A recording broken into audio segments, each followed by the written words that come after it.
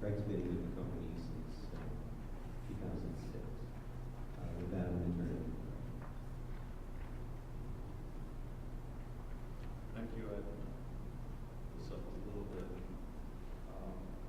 Thanks, Ed.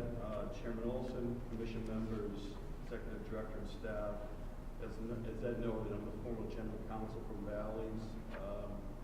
As you call me a reformed lawyer, I'm now senior vice president focusing on business items across the Valleys. I guess we say universe at this point. So thank you for having me here, and it's great to be in Iowa, so thank you for having me. I appreciate the first agenda items are specific to the Casino Queen, and I'll ask Bill Vandersand soon to come up here and talk about those and discuss the details of the lease amendment and provide, along with Mark Schlang, who's also in the Valleys, and he's Valleys Vice President of Architecture, an update of the construction project.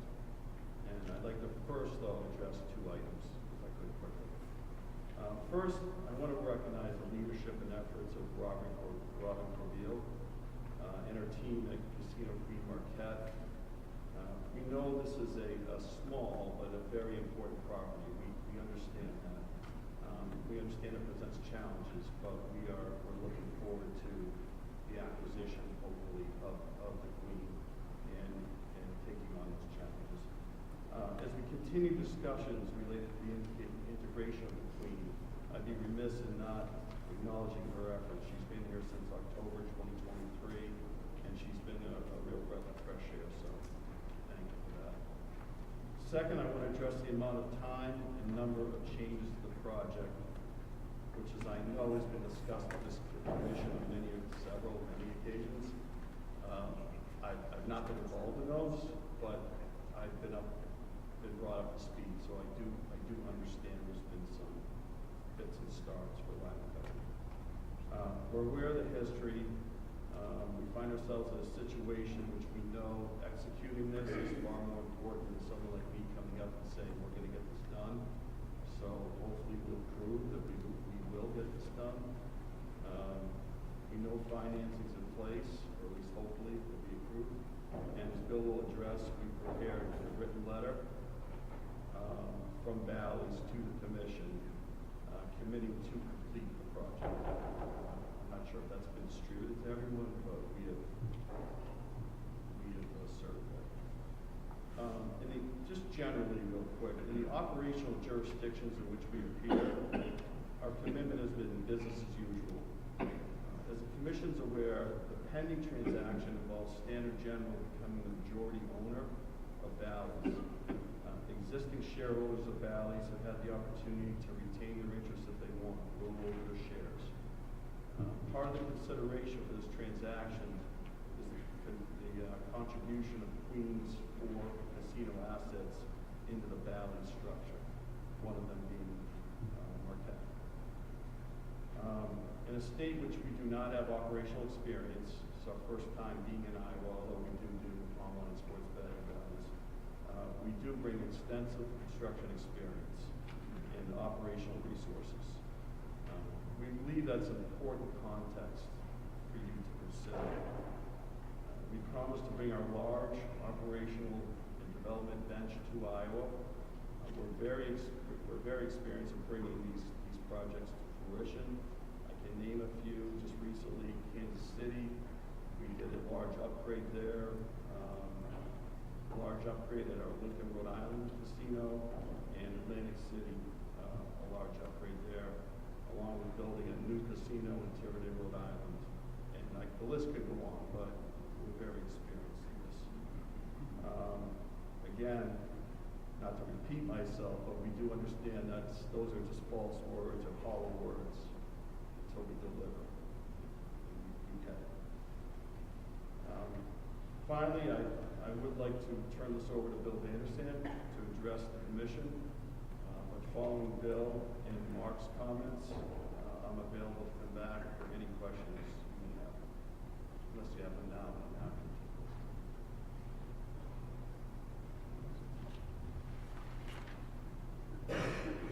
Thank you, Greg. Good morning, Commissioners and Ms. Ike. I'm Bill Vandersand. I'm General Counsel for the Queen. For the agenda item, I'll days. I'm sure you have other questions. Since I was here last, we had a groundbreaking ceremony October 1st. Excavation equipment arrived on the site in December. Some exterior demolition also began in December. As we sit here today, there's about 5 pieces of heavy equipment on the property excavating. Demolition work will start inside the old visitor center on Monday.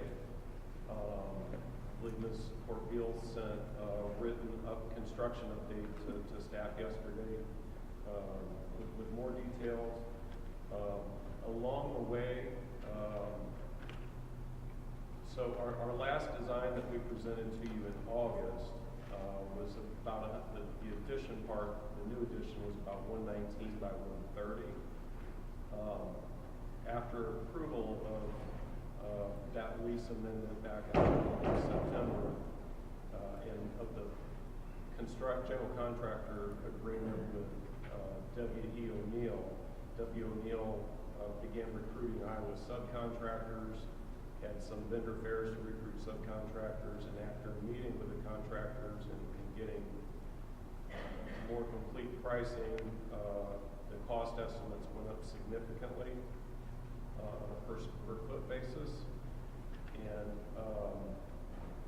at that point, we reached out to some Iowa general contractors, and namely liked our discussions with Conlon Construction of Dubuque, and we're seeking to, as Ms. Corbeil will have on the agenda, replace the W.E. O'Neill contract with Conlon Construction. And in conjunction with that, to get the cost under control, we're also seeking to reduce the footprint of the new addition from what we had presented to you in August of 119 by 130 down to 119 by 90. It would be approximately exactly 428 slot machines, 6 live table games, and 8 electronic table games. The casino square footage would be 11,543, and the total between remodeling of the existing and the new addition would be 29,112 square feet. The cost estimate is, without contingencies, approximately $21 million, and we budgeted that. A large portion of that, obviously, is the general contractor portion, and we've now, through Conlon, received enough vendor input that he's provided a guaranteed maximum price to us that's within that budget. We seek to fund that through an additional $4 million relative to what we've had in the past from our landlord, so that would increase their contribution to $16.5 million, and the rest would come from cash flows, or actually, assuming the transition to Bally's, perhaps their revolver. I don't know that they've provided a letter confirming that they support the project. So I'll turn back to you to answer your question. Can you say those dimensions again? Currently, what we'd like to build is 119.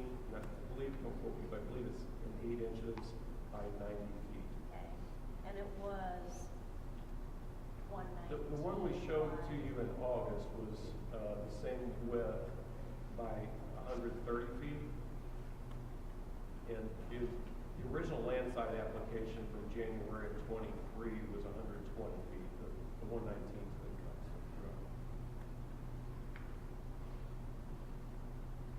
Do you know off the top of your head how many fewer slot machines? Is there quite a bit of a reduction in gaming spaces, spots, positions, I guess is the right word? The landside application that we submitted in January of 23 had six more slot machines, 16 more electronic table games, and 4 fewer live table games. We're now at 6 live table games, whereas we saw 2 previously. Additionally, the new layout out would be for a live sportsbook ticket writer, 3 kiosks, whereas our original application, you had no live ticket writer. So we originally approved the 16,000, and I think we were pretty adamant when we had that conversation what we expected. I understand construction costs are going up. My concern is if these construction costs, since you do have a not to exceed amount from your contractor, if he starts coming in saying expenses are higher than we anticipated, is this going to get smaller and smaller and smaller? And as this casino or gaming floor does get smaller, and you're going away from live dealers to more electronic games, really what is this destination becoming?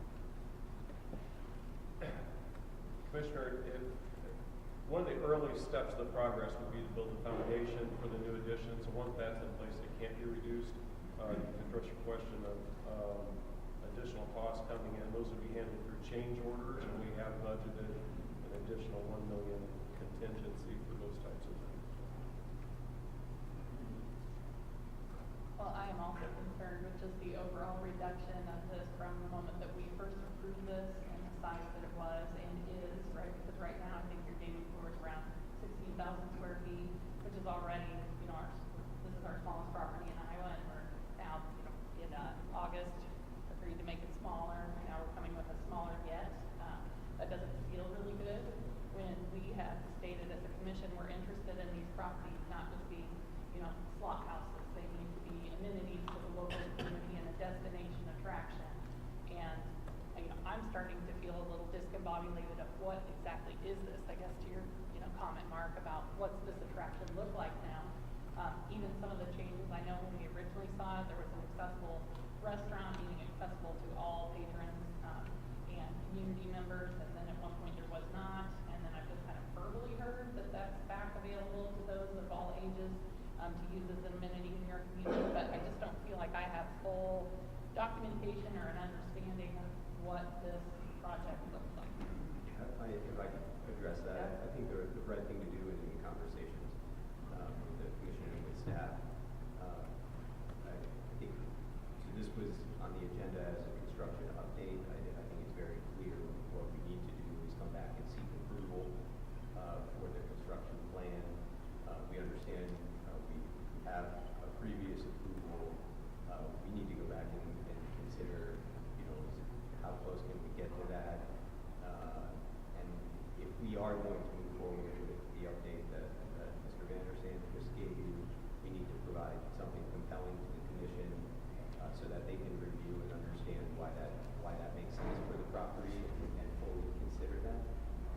We're not on the agenda today to get that approval.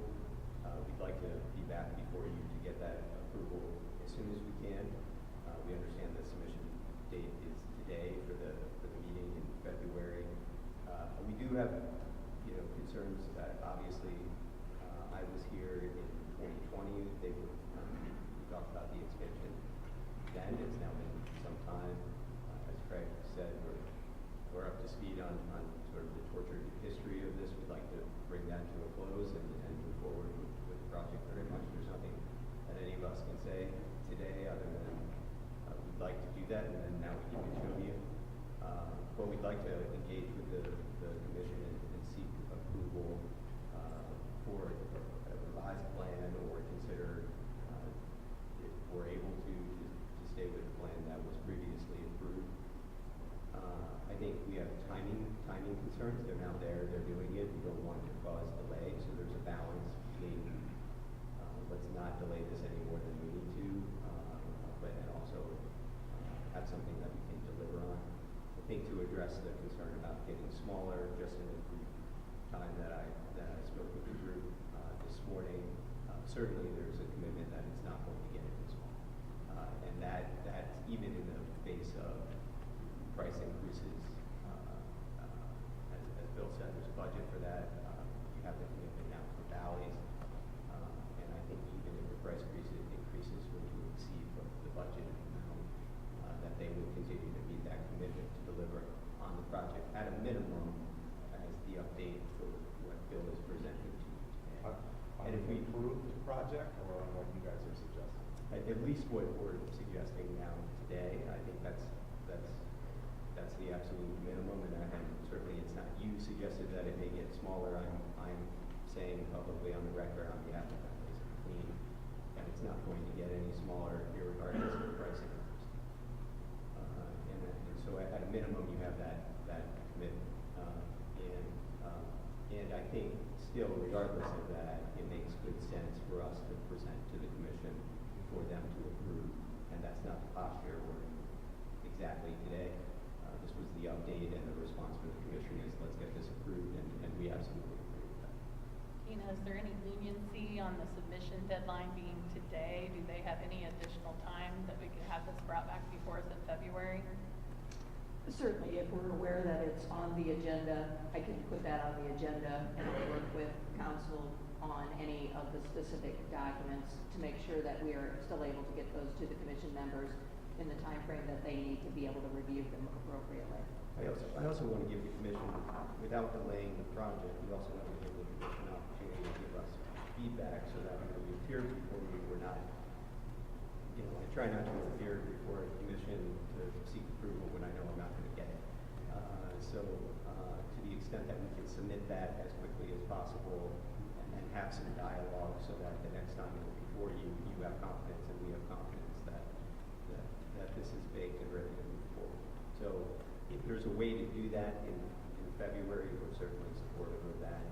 If there's a way to do that in March without delaying the project, it's a big piece of that, then we would be open to that as well. But we don't want to hamstring the commission by not giving them the opportunity to have some time for feedback and for us to be able to take that feedback and respond to it. Yeah, I think we understand that. As we discussed, Marquette is a small market. We understand that. And so we're not trying to be unreasonable, but it is a frustration. I mean, this has drug on a very long time. And we've heard a lot of things and not seen a lot of action. And that's frustrating. And then when we see a reduction in size from what we've approved, again, very frustrating. And at that point you feel like, where are we? Yeah. So I think we're expecting action. We're expecting reasonable action. I would really be frustrated if we couldn't make that, if we couldn't meet somewhere in the middle from a size standpoint, and if we're expecting to approve the merger, which I'm in favor of approving the merger, but I would love to see something different happening here.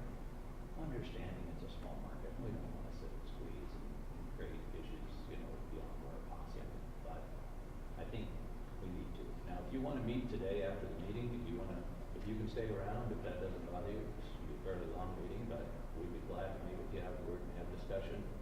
What can we do? And then it can be on the February agenda, and we don't have to slow anything down. Okay.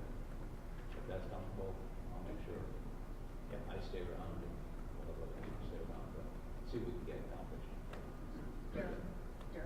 Yeah. I have one more comment. We're focusing on size a lot here.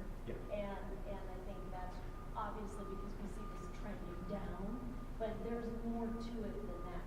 One of the things that troubled me a little bit is you sort of make a decision to pull the size down based only on the numbers. And so I'm sure that there are other things, right? So you sort of step back from it and say, what exactly is this? Why are we building it this way? The original plan was to build something bigger for a reason. And so, anytime I've ever built anything, I've always wished I built it a little bigger.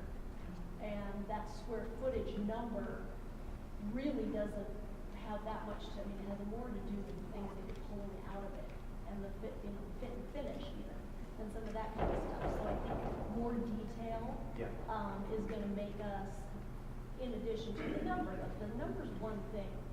The rest of it too, I think maybe just needs some more color for us to deal with. Maybe if we have the time to do it, I know it's a full agenda, and I don't want to belabor it, but I think maybe hearing from Mark and Robin a little bit on some of those decisions right now might be helpful to the commission. I'm happy to do that, or we could certainly do that. I would enjoy hearing from Mark because one of my, you're with Valley, correct? So, one of the questions that's been tossing around in my mind is, if this merger had taken place ahead of this construction project, would this facility look the same, or would you have laid it out differently, or what insight would you have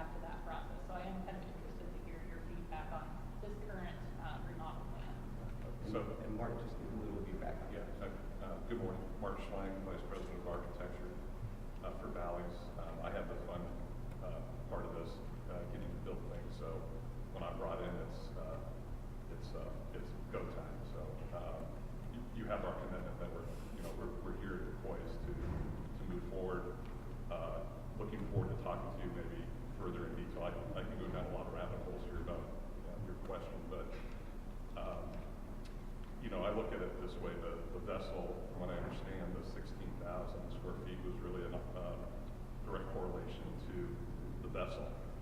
And when I look at a land-based casino, there's obviously efficiencies that are not, that you don't get on the vessel. You've got a vessel that's 3 decks, compartmented, and so I see a more efficient floor plan. The other thing that we saw from Bally's was the parking. There was definitely a deficit in parking, and the small footprint obviously translates, we're going to get more parking spaces back. So, from our side, there are incentives that are built into the contractors. There's an acceleration and expedite bonus for them for completion. So there is a agitation on our part to move this forward. Sir, as you were mentioning, we're here committed to moving forward quickly.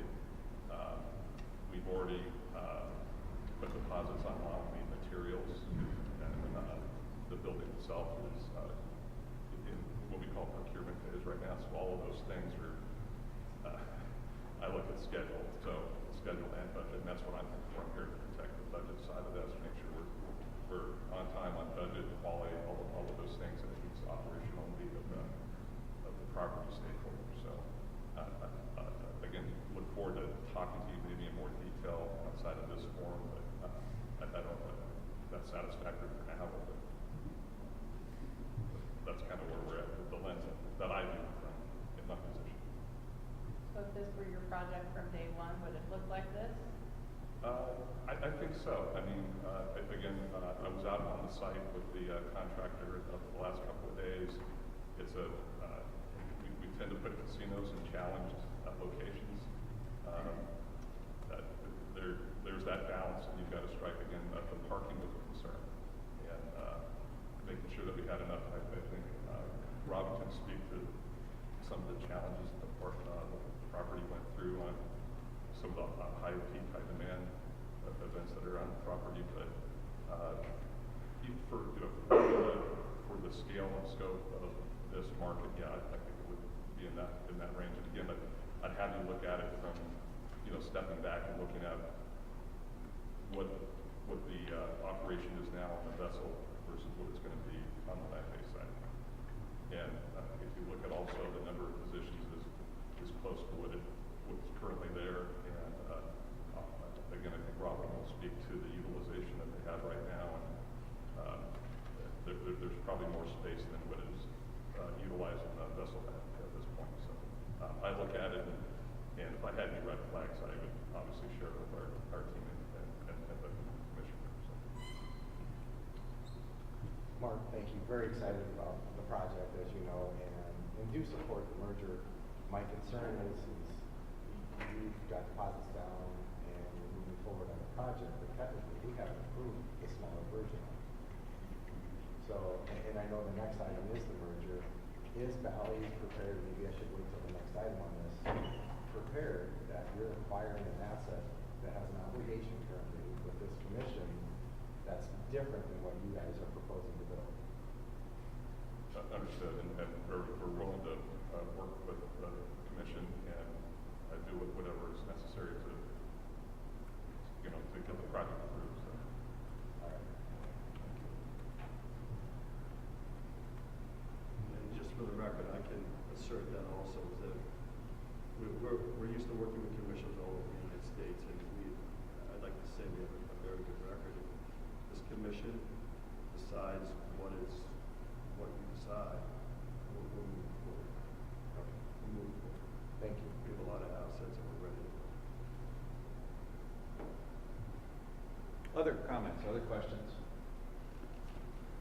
I guess I just have a procedural question. So when we approve a remodel that then shifts, I mean, this is approximately a 30% reduction in size since our initial approval, less than that from the subsequent approval. But where do we take this of, we've approved something that's quite different now, so is this something we apply to our consideration of the approval of the merger or the approval of the contractor? Where does this fall in terms of how we sort of insulate ourselves from approving things today that don't allow us to backtread if what comes in next meeting is not something that we're wanting to take on, I guess. Well, I guess two things. One, item A is just an update from them on it. Right. asking us to approve or change what we have previously approved. So I don't think there's a vote or anything on that. And then item B is just the requested amendment to their lease. Again, I don't believe that has anything to do with the construction at this time. So those two items, I think are okay. I would support those. And then the next item, item number 8, is where we're going to discuss the merger.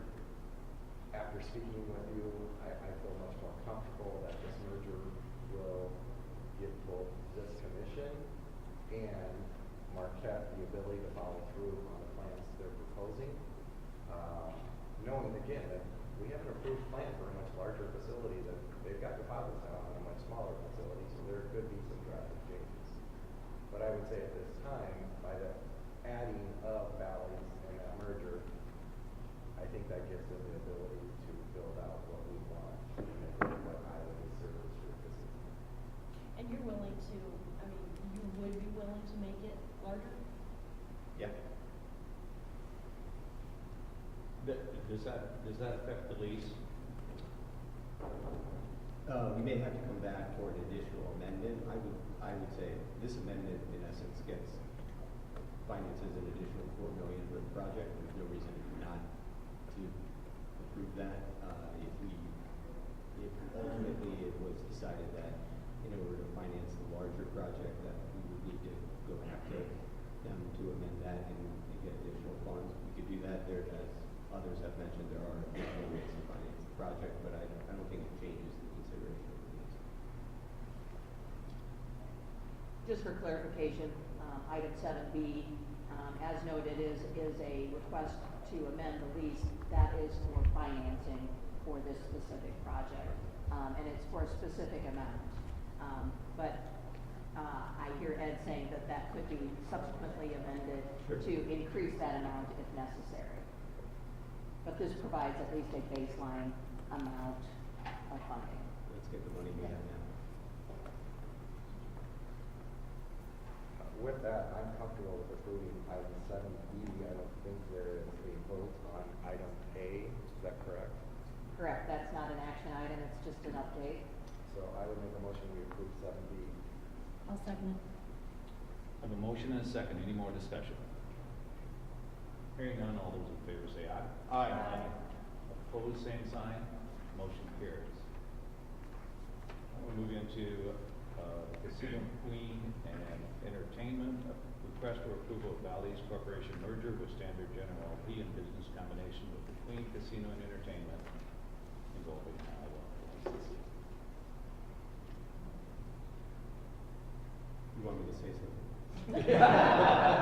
Well, I can, I'm comfortable. Yeah. Again, for me, I just wanted on the record that you guys are acquiring an asset and does have an agreement with this commission's facility that we have approved plans.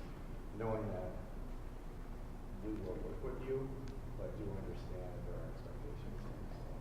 And I think we spoke beforehand, so we really respect you guys' position.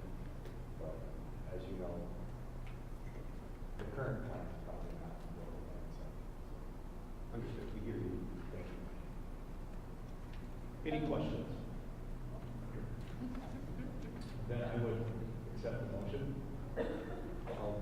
I move to approve the business combination and merger among the Queen Casino and Entertainment Incorporated, Valleys Corporation, and Standard General LP involving Iowa licensee Casino Queen Marquette Incorporated. I'll second. I have a motion and a second. Again, any more discussion? Hearing none, all those in favor say aye. Aye. Opposed, same sign. Motion carries. Thank you. Thank you. And we will, if you just tell us if you're interested, we'd be glad to stick around. That's great. Have some discussion, and then hopefully we can get everything cleared up by February. That'd be great. Thank you. Robin's up next for the contract. Wonderful. While she's here, we'll just take advantage of it. We do have contractor approvals, and Robin will proceed. Good morning, Commissioners, Tina, and staff. Robin Corbio, General Manager. We have 6 contracts for approval, one of those being the contractor for the project. That will allow us to continue with the inside remodel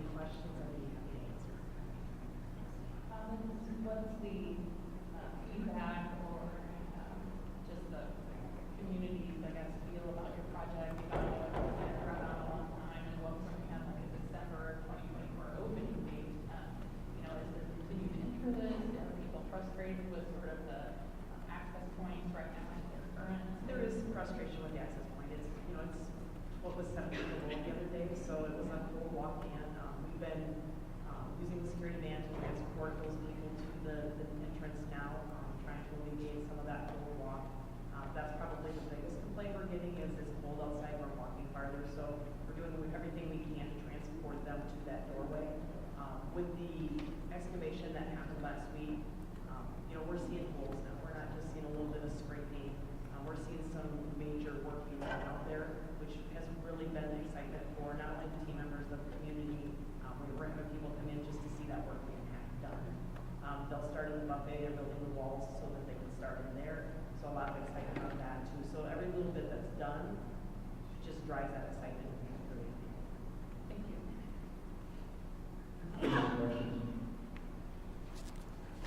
I would move we approve all contracts. I'll second. Motion and second. Any other discussion? All those in favor say aye. Aye. Opposed, same sign. Carried. Well, item C, laptop. Morning, Commissioners. Taylor Miller, Director of Finance at the Isle Casino Hotel Waterloo. We have 2 contracts for your consideration today. I'm happy to answer any questions you may have. Questions? I would move to approve. Second. Motion and second. Any more discussion? Hearing none, all those in favor say aye. Aye. Opposed, same sign. Motion carries. Thank you. Thank you. Iowa West Super Racing Association. Motion.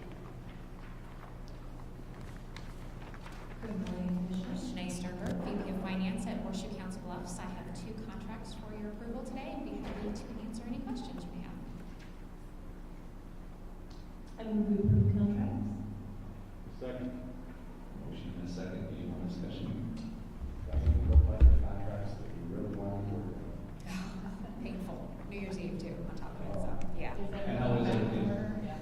Not quite. It's all dried out, but we're now moving on to getting bids for the repair and remediation portion of it. So you'll probably see that here in the March meeting. Most of our areas are open. It's the back room of our Whiskey Roadhouse that's still torn up from digging to find where the leak was. So it was massive. Yeah, we were very fortunate to find a couple people who were willing to come in and help us out on through the night on New Year's Eve and New Year's Day. Yeah, that's sometimes hard to get. Yeah, and it was cold too, which was great. Digging outside was awful. We have a motion and second. All those in favor say aye. Aye. Opposed, the same sign. Motion carries. Thank you.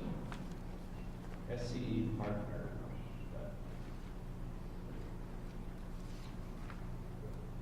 Good morning, Doug Fisher, Hard Rock Sioux City. I have 1 contract for your review. I'll be happy to answer any questions. Move we approve the contract. Second. Motion and a second. Any more discussion? Hearing none, all those in favor say aye. Aye. Opposed, same sign. Motion carries. Thank you. Thank you. Rhythm City. Good morning, Commissioners. Tina Sharon Hazelhoff with Grand Falls Casino and Golf Resort, standing in for Mo Hyder with Rhythm City Casino. This morning I have 3 contracts for your approval, and in Mo's behalf, he also wanted to extend everyone an invitation to come see George Lopez on Saturday, February 15th, which is one of our contracts for approval. And with that, I'd be happy to answer any questions. Any questions? I move we approve contracts. Second. Motion and a second. Any more discussion? Hearing none, all those in favor say aye. Opposed, the same sign. Motion carries. Good luck. That looks like a great concert or a great. I know, I'm kind of jealous. Thank you. Prairie Meadows Racetrack and Casino. Good morning, Commissioners, Tina and staff. Michelle Wilkie with Prairie Meadows Racetrack and Casino. This morning we have 6 contracts for your approval, and I'd be happy to answer any questions you may have. Any questions for Michelle? You can't swim until we have the beer and wine contract. Thank you, we appreciate that. Move that we approve the contract. Second. Motion and a second. Any more discussion? Hearing none, all those in favor say aye. Opposed, same sign. Motion carried. Thank you. Thank you. Prairie Meadows Racetrack will consider a request for approval of the 45-day plan for the 2025 next week. Aaron? Good morning, Commissioners. In front of you, you should have our 45-day submission. Just one quick comment on the person supplement for the Iowa Bread section. I just wanted to, in our submission, in that letter, it talks about the restrictions and the open company percentages, and the restriction for 2025 was 30% for the restricted Iowa breds, and this year they're going up to 32. But on the open side, it was 35 last year. They're moving it up to 40%. So that's something we took from the industry study that was completed back in August, and we're putting that in effect for this year. Just small steps we're making for the larger steps in 2026. Along those same lines, just an update on this section of schedule and wagering format. We had a to be determined for the Festival of Racing. We have selected the dates for July 4th and July 5th at 4 p.m. If you have any other questions, I'd be happy to answer.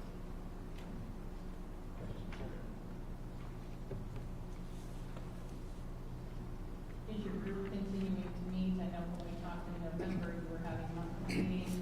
I know it's been the holidays, but. Yes, no, we were able to meet in December, I think on December 17th, and then we had a meeting here on January 15th. We have one scheduled in February. You know, we've had great talks. You know, we've been able to put an agenda together to talk about how many days of racing, what the schedule would look like, and we're progressing pretty good on the side of what our season would look like. We've had suggestions from the quarter horse on the number of days. In our last meeting, I think the quarter horse or the thoroughbreds are going to come up with something in February on the amount of days, but you know, talks are continuing, you know, and just recently, last week I was in Oklahoma, and I met with the Oklahoma management and the breed groups down there to talk about different things we could do, possibly for this year, but you know, certainly for the 2026 season. So, you know, there's progress being made. And a lot of good dialogue and a lot of good conversations are taking place. Have to start with somewhere, so I'm glad you're meeting regularly as you are. Yes, and you know, and we have a matrix set up and everything we discuss, and you know what the results were, and so I think we're progressing along to have some major changes for next year. Very good. Other questions?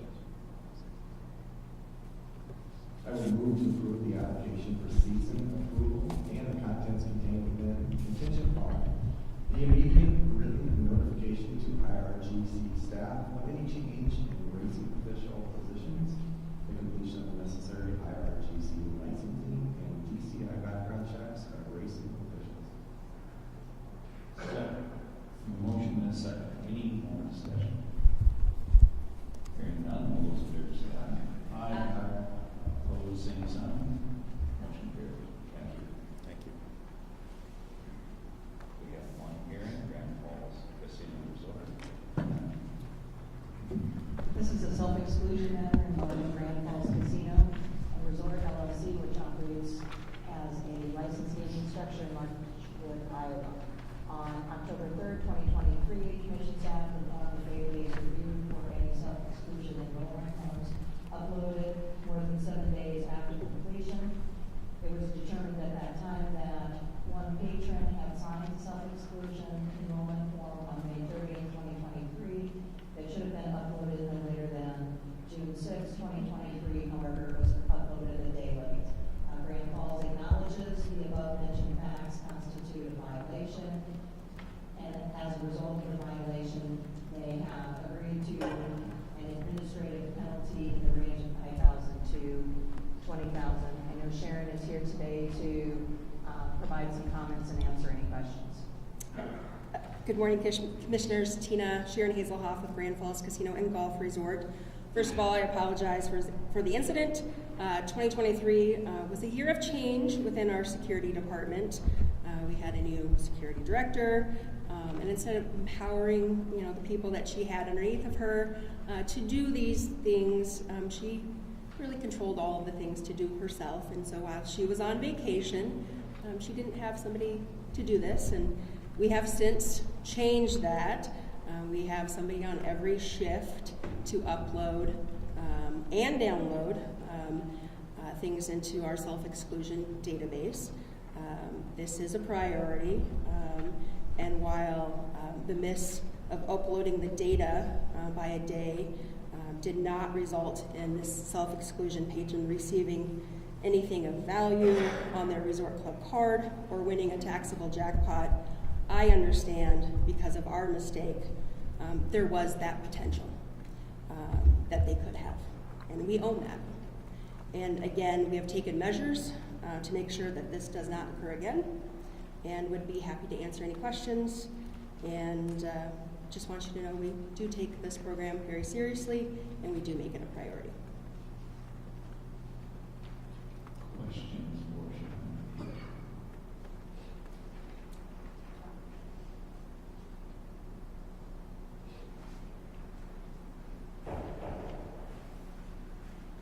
Hearing none, do I have a motion?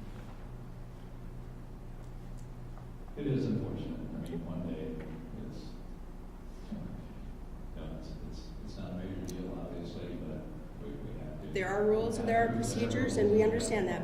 But it's not like you committed a major crime. We understand it's frustrating for us to say like this, but we have to address it, so. I promised in an earlier meeting I was not going to rant about this, so I'm not going to say anything about it. We had a similar violation from your facility, I think in November of 2023, was a late download. Yep. That stipulated penalty at that time was in the amount of $5,000, similar circumstance, I believe. So I would enter into a motion that we enter into the stipulated agreement in the amount of $10,000. Motion. Do we have a second? I'll second. Motion and a second. Any more discussion?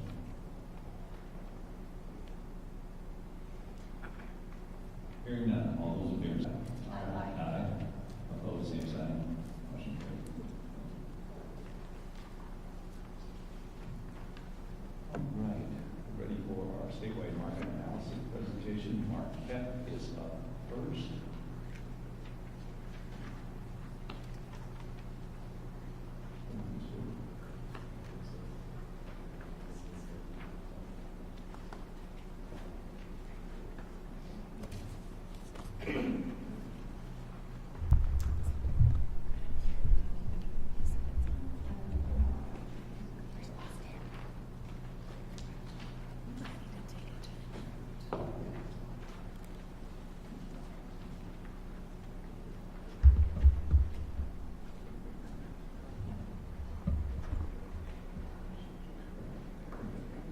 Right after that.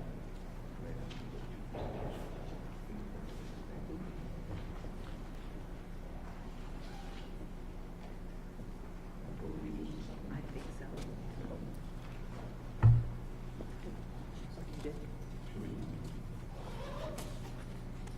What do you think it will be a little bit, because we're going to need a break sometime, but certainly take it down. I think that might be good. Let's take a 5-minute break, we'll get everything set up. Cody says down. Whatever Cody says, we're going to do. So we'll take a 5-minute break. Let's hold it for 5 and get back to the meeting. Thank you. Steve. Also, do we have a clicker?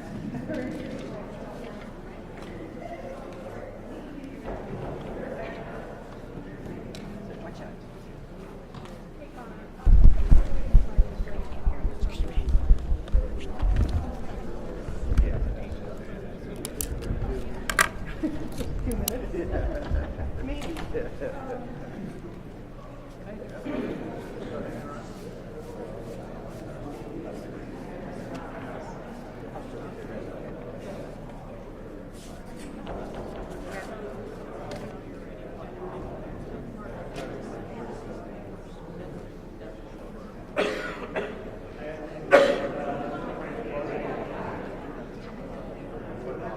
Pardon?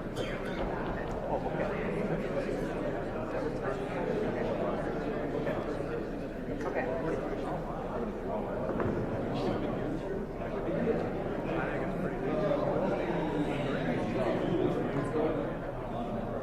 Test, 1, 2, 3, test.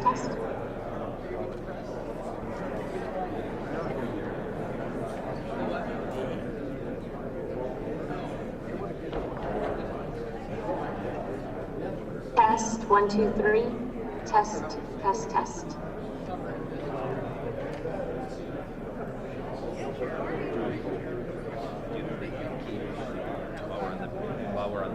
Maybe I should go check out my room and chop my stuff. Oh, okay. All right. Just I wasn't, yeah. just as long as there's one, I can. I didn't hear what he said.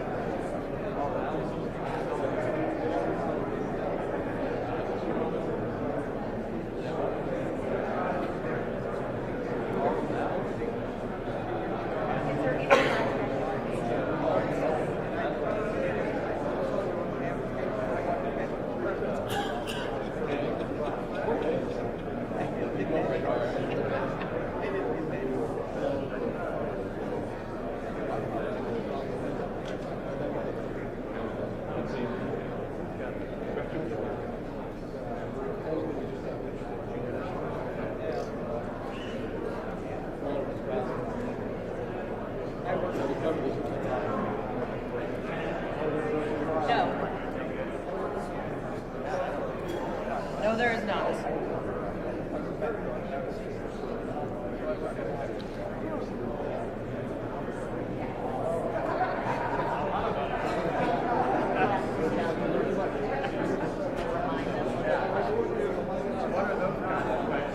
Which one was it?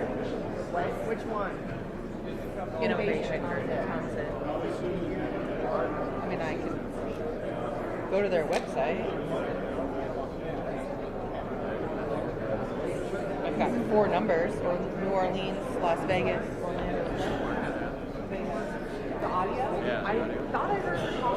Okay, good. January 7th was the last time I went.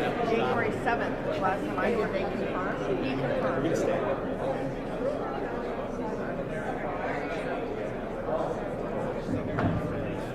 I have his phone number. Do you want me to call him? Hi, Carter. I want to make sure your stuff is. You got my message. Yes, I did. You get a chance to meet before Alan Oscar. Alan, this is your editor.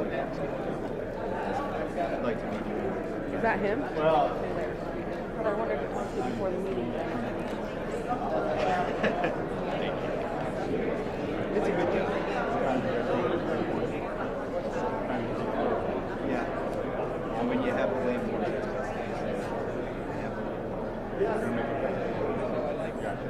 Good to meet you. we're gonna make. Yeah, thank you.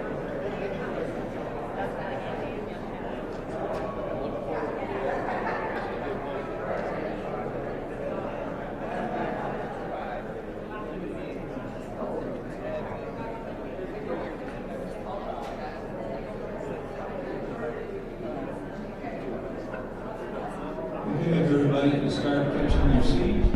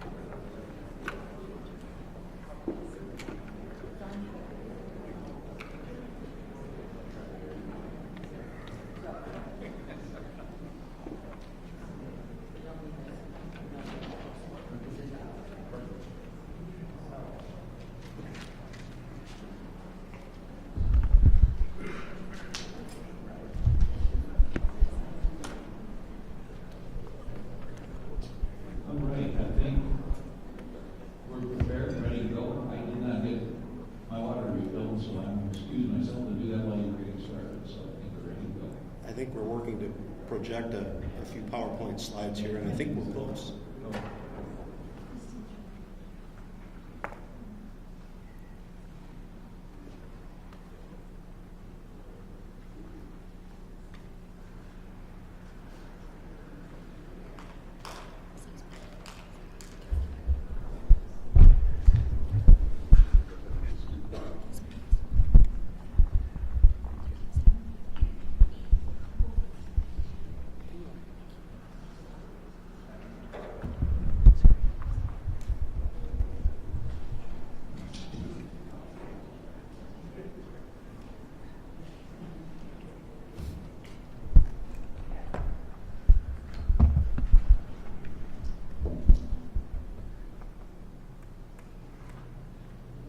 We're trying to get that on this screen. We're wait. Spending the next 20 minutes. I can do it, but Mark's working on it. We can turn around, just turn. I like to take notes while you're.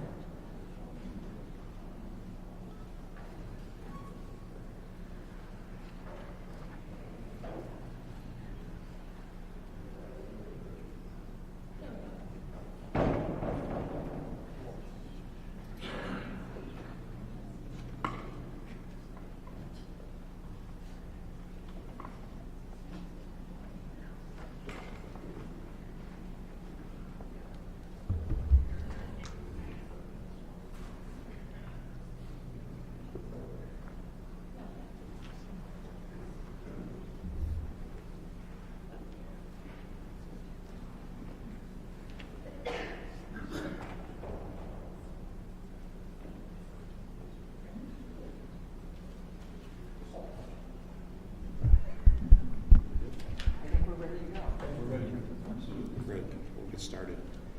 I want to start with thank yous. First of all, commissioners, we're grateful for your confidence and the opportunity to work with you on this. You have a hard job, and it's our hope that we've provided the appropriate market context to guide your decision making. Tina, you and your staff have provided a lot of help to us in terms of kind of logistics and making appropriate introductions and facilitating some of the data exchange. And then to the casino operators, specifically GMs and marketing folks who've been very helpful to us throughout this process. Data exchange has been just terrific and provides us with a really good baseline from which to work, so we're appreciative of that.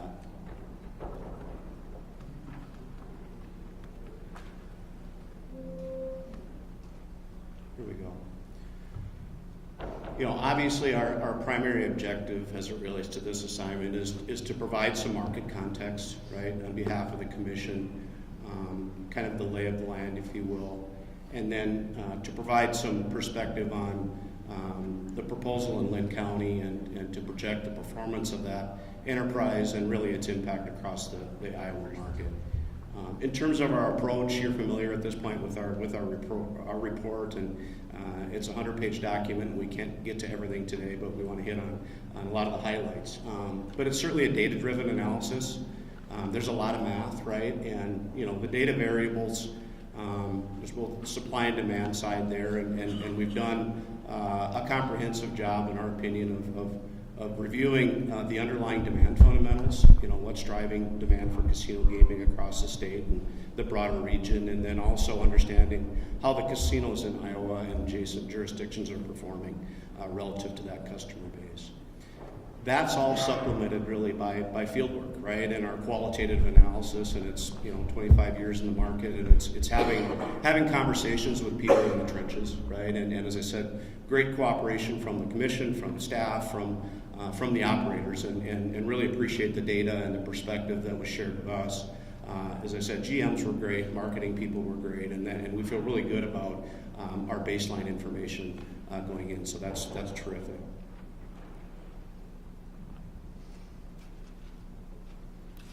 We seem to be jumping over slides here periodically, but we'll try and stay in the right order. Just to hit on some of the highlights, obviously we had a real strong recovery in the post-COVID environment, coming back strong from that period of time, and a number of factors contributed to that. Obviously there was pent-up demand. There was a period of time where people couldn't go to casinos. They were anxious to get back out into the market. They did that. There was government stimulus payments that have now obviously cycled through the market, and that was a factor.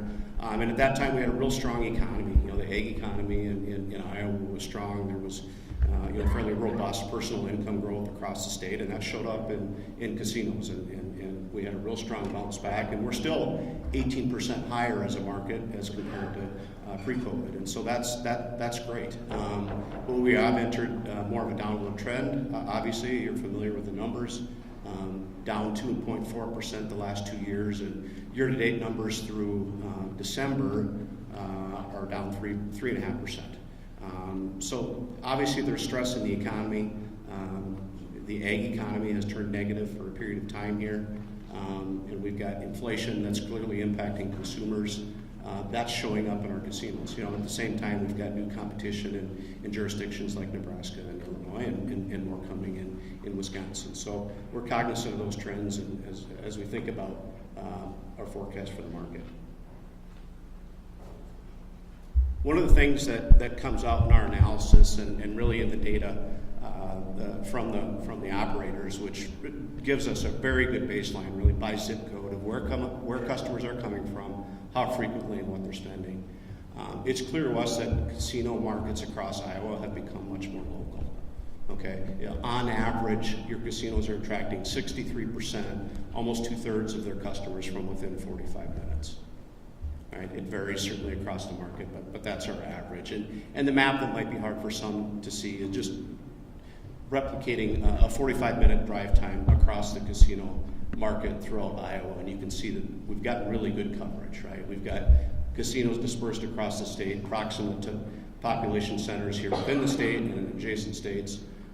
And also it's important to point out the fact that eastern Iowa is where we've got more overlapping competition, and that comes out, I think, in our report as well.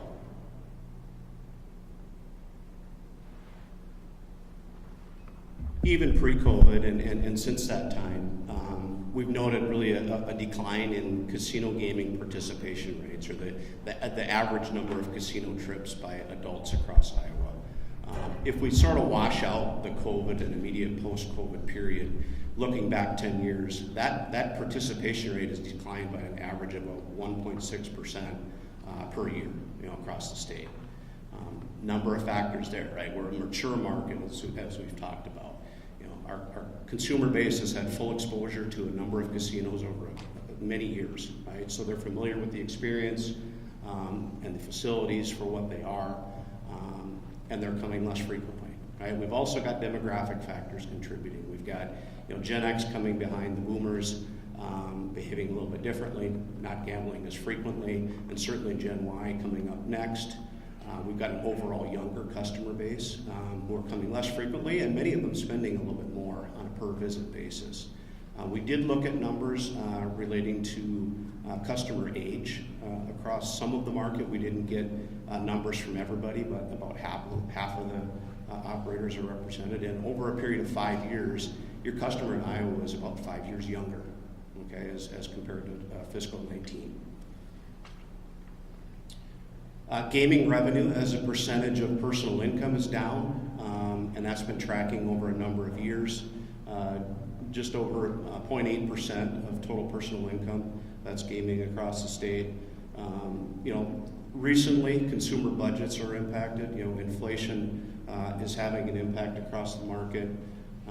Certainly, people are limiting, in many cases, their discretionary spending, and that includes casinos. So we've also got, obviously, competition in neighboring jurisdictions, as I mentioned, and that's contributing to that as well. Per admission spending is something that has increased markedly over a number of years until very recently.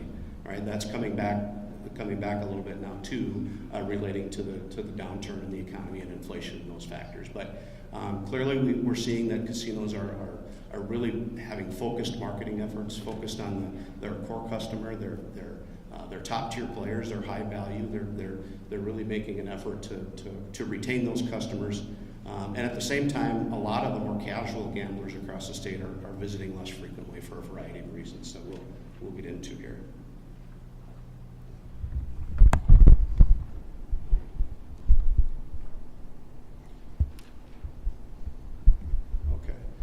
In terms of our field work, we did visit every casino in the state and relevant competitors in neighboring states, and so we've got a good familiarity with the properties for what they are and the experience, so forth. And one thing that's clear is the investment in facilities and the entertainment experience really varies across the market.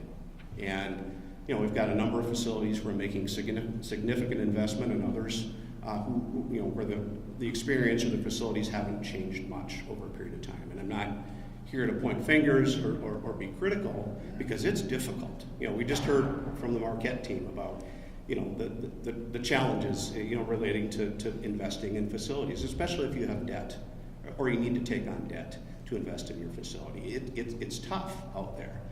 So not to point fingers, but it is a factor, right? It's certainly, I think, contributing to the level of visitation and who's coming and how frequently or not. The cost of improvements and investment is exorbitantly high. Right now, the cost of debt is significant, and they're dealing with all of this in the face of this declining consumer demand. So when you look at ROI, as we need to, right? Is the return there? If I invest in my facilities or have more events or have my restaurants open on a more regular basis, if I staff them, is the return there? And right now it's difficult. At the same time, we've got new competition, right, in neighboring jurisdictions and potentially in Iowa. So I'll tell you from our interviews and our analysis that there's some stress out there. So that's important to understand.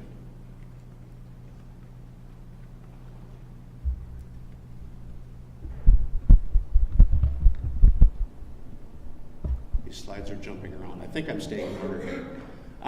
In terms of our outlook, really, looking at the underlying fundamentals, we're a slow growth market.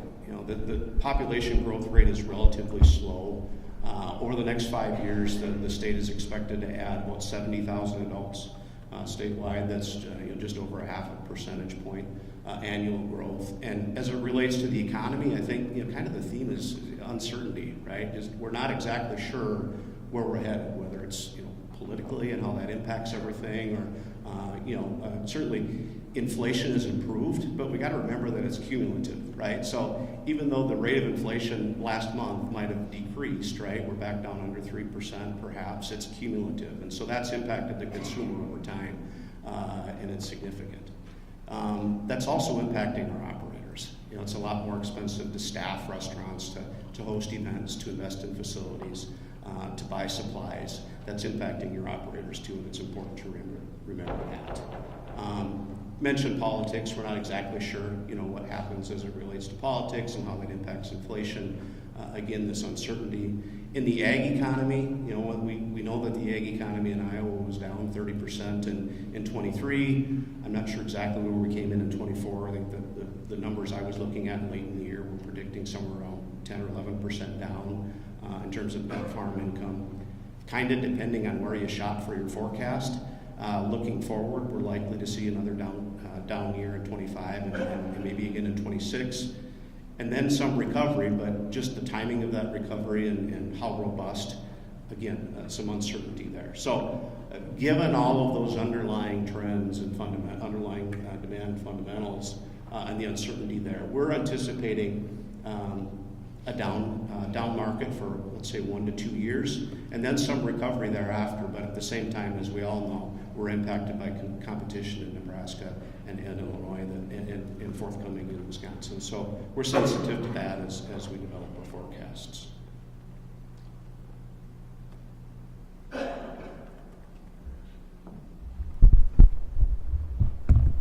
Obviously, we've developed 2 forecasts here. We've got one that's our baseline, right, which is reflective of the current supply of casinos in the state, factoring in things like the investment that's ongoing in Marquette, or we're hopeful about, and things happening at Q Casino and the refresh at Burlington and investment in other places.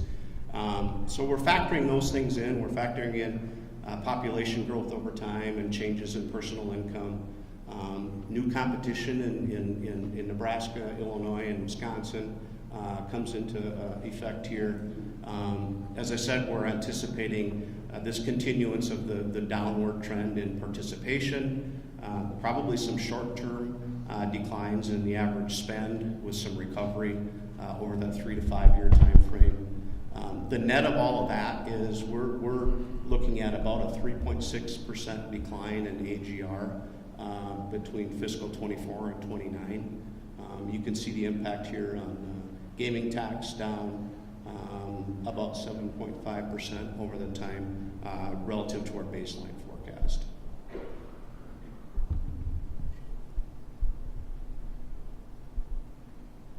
As you're familiar with our report, we've also prepared, obviously, an adjusted forecast, right, to account for the Cedar Rapids facility opening in the market and how that's impacting our other operators over time. I'll say that we've spent a lot of time reviewing the proposal materials. We've spent time in the Cedar Rapids market. I want to commend the development group. It's an ambitious proposal. It's a high-quality venue, I think, especially in terms of the non-gaming elements there, right? The food and beverage alternatives are interesting. They're diverse, they're varied, and they're really well distinguished, I think, from other operations in the state. So there's differentiation happening there too. And in terms of the entertainment venues, I think probably unmatched really across the state. So they should be commended on really putting their best foot forward. I think it's a facility that will find success, particularly local, right? And when we look at our model and we look at the likely response to this product in the market, we're factoring in about a 35% increase in local participation rate within the Linn County market. And then as you look at our model, we're adjusting appropriately up between 10 and 25% for surrounding segments of the market within about an hour. Okay, so at the end of the day, we're projecting total AGR for Cedar Crossing at about $118 million on a gross basis. That nets out after free play to about $106. And you can see that per customer win is about $102, which is consistent with a number of the facilities in the immediate market.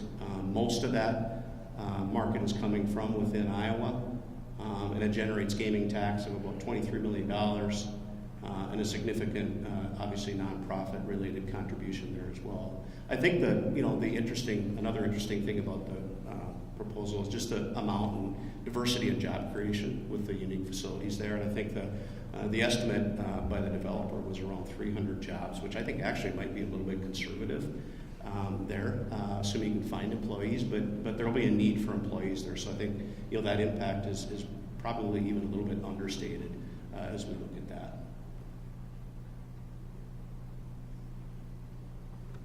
So how does that impact the market?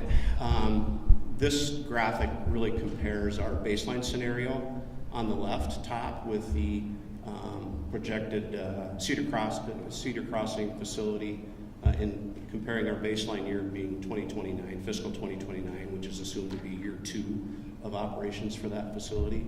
You can see a statewide net impact of about $64 million in terms of new revenue, new commercial casino revenue flowing into the state.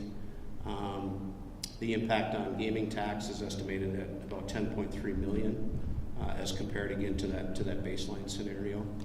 And then on the bottom, you can see where we're measuring cannibalization. And really that is going to be significant, particularly in that east central portion of our Iowa market. And facilities like Riverside, Meskwaki, and Isle Waterloo, that's where the impact is likely to be most pronounced. Linn County, Johnson County, Blackhawk County are very important markets for those facilities, among others, obviously. And so there's going to be considerable redistribution of market share where casino trips are happening and how frequently people are going and where they're going. And we do anticipate that Cedar Crossing will quickly become the dominant facility relative to the local market, especially Linn County. So we're measuring that cannibalization impact at $68 million, which is about 57% of the projected AGR at Cedar Crossing. Riverside takes a hit at about 26% of their revenues, Meskwaki at about 11%, and Isle Waterloo just under 10%, I think, in our model. Other impacted casinos, not to downplay it, but because it's still significant, but somewhat less. The Dubuque facilities, as well as Clinton and somewhat in the Quad Cities and Burlington, more moderate impacts, if you will. And then, too, I think it's important to, and this should come out in the report, too, important to point out that there are offsetting impacts, right? You know, we talk about the job creation at Cedar Crossing. Well, there's potentially an offsetting negative impact on employment at facilities that are negatively impacted, right? I can't speak for how operators like Riverside and Waterloo might restructure, but given a 10 to 25% hit in revenue, there's very likely to be some impact on the employee base there.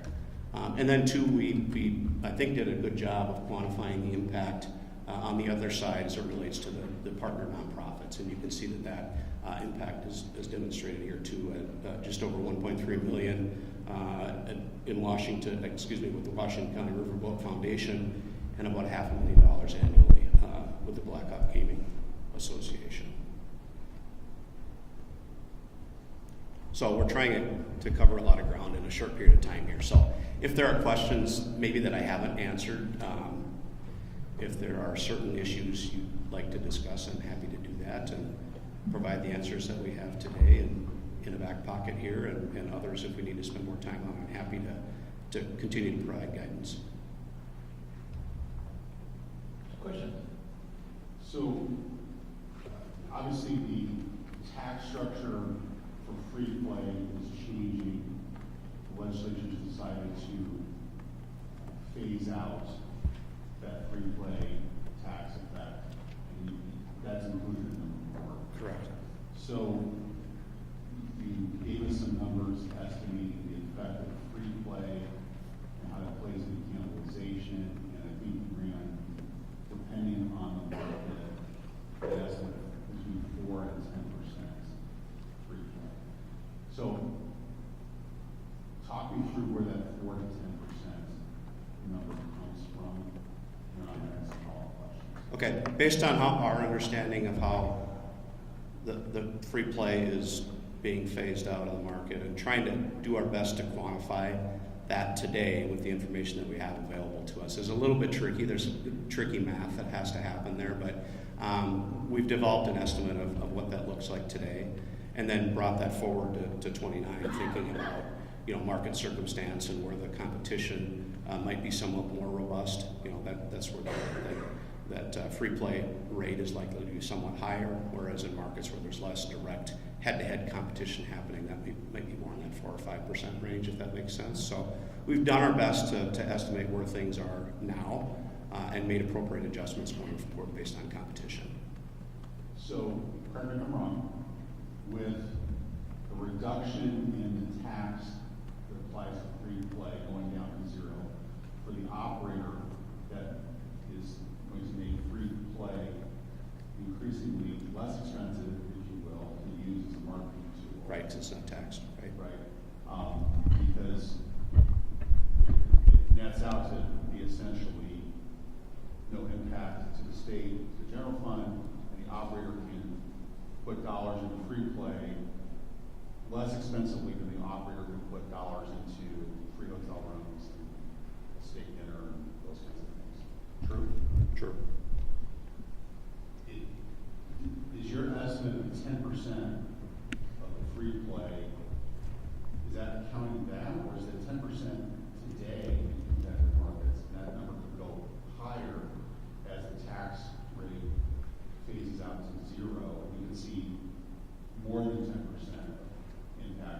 think at times in some markets you could see more than 10%. Correct. So if we look forward to what would be potentially the impact of a Linn County facility, knowing the cost to the operator of free play is dropping, how does that affect the cannibalization estimates that we see here? And could it cause more cannibalization if an operator decides to emphasize free play on how to competitive market? I think, yeah, certainly on a net basis, right? Yeah, I mean, if there's more free play, then on a net basis, our cannibalization is effectively understated, right? Because it's, right? I think that's what you're getting at. Well, I'm just asking. Right. I'm not trying to prove a point, I'm just trying to get more information. Is there any way you think reliably today you can quantify how much greater that cannibalization effect would be with cheaper free play? Not today. That's not one of the answers in my back pocket, but that's something, we could run the math on that, certainly. Right?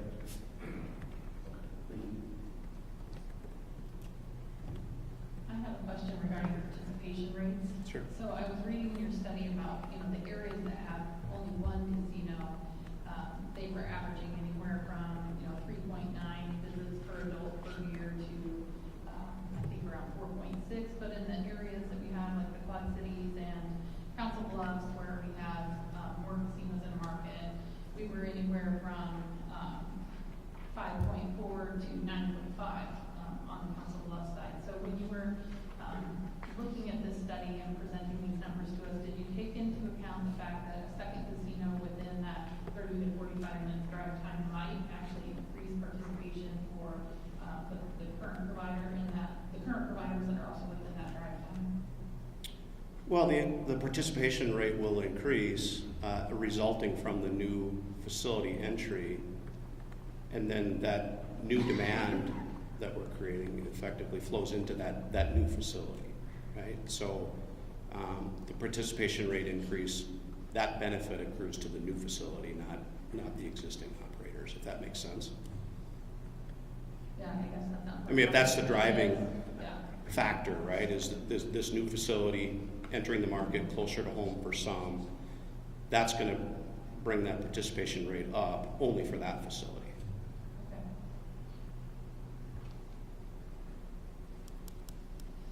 One question I did have on the slide, obviously, you showed post-COVID a great increase in income for all casinos. Correct. And you're anticipating, based on your study, that it's going to dip a little bit and rebound.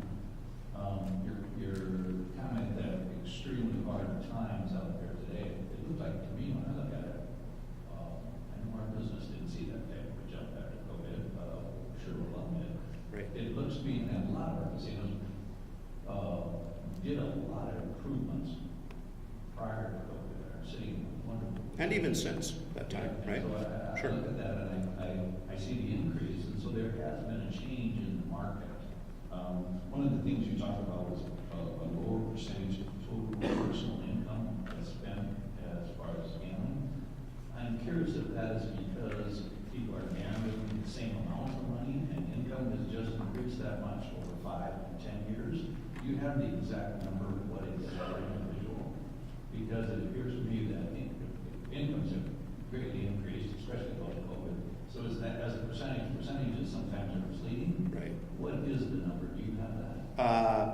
It should be in the report. If it's not, we can provide that. I don't recall, but we do have historical numbers. And it was 1% 10 years ago. I saw it as a percent, but I didn't see it as Gross numbers. We can get those for you. That'd be Yeah. great. I appreciate that. Right. I mean, we have to remember that that impact, the incomes are up, right? But the cost of everything at the grocery store is up too, right? So that's a factor, and people are spending less on discretionary items, like especially now on leisure activities and gaming, and so more recently that's the primary factor. Okay, thank you. Other questions?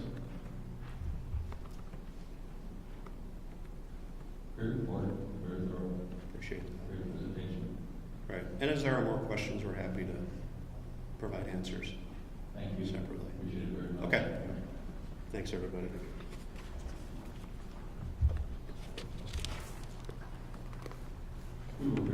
fortunate in having the ability to have 2 studies, which I think was excellent, and also gave us the ability to get more information. And so we're very glad that we got presentations this morning from 2 different entities. So we have a presentation from the Innovation Group.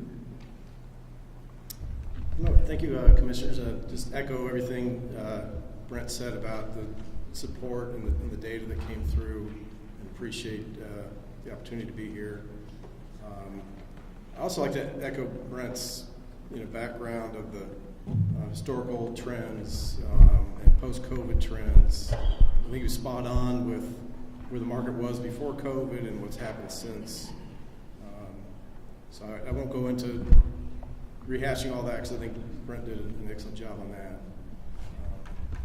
My name is Tom Zitt. I'm the Executive Vice President, Innovation Group. I've been with the company 27 years, going on 28 now. I have a New Orleans office, had to flee New Orleans to escape the snow, or else I've been still stuck there because all the roads are still closed.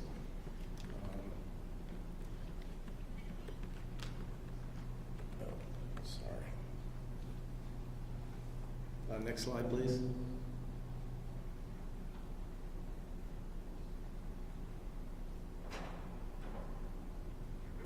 Next slide, please. Oh, sorry. So I kind of cut to the chase. Again, I think Brent did a great job on the background, historical trends, and everything. So we did drive time gravity model at the zip code level to estimate the impact of Cedar Rapids. We first calibrated to fiscal 2024 using property data, IRGC reported data, gaming tax and admission data, as well as property player databases. And we did that to net gaming revenue. So we calculated current levels of free play and removed that from our gravity model. So our whole analysis is based on that gravity model, so it kind of removes the whole free play percentage discussion moving forward. So we first forecasted a baseline fiscal 2028 model. That included the Nebraska, continued development in Nebraska, as well as the first full year of impact of the permanent Rockford Hard Rock Casino, as well as the upcoming Ho-Chunk Casino in Beloit. So we can compare that to a model with Cedar Rapids included. Next slide, please. So yeah, again, quick background. Pre-COVID market a little flat.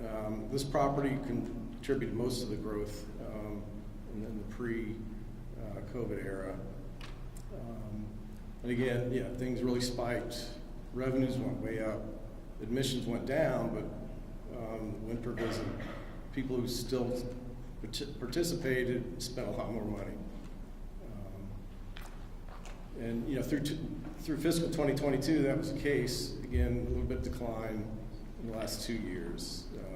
You got the Nebraska casinos opening, and you had the Hard Rock, the temporary Hard Rock Rockford impacting in the east. Just a picture of the gravity model markets that we used, and the gamer pop and the household income for each. Pretty similar layout.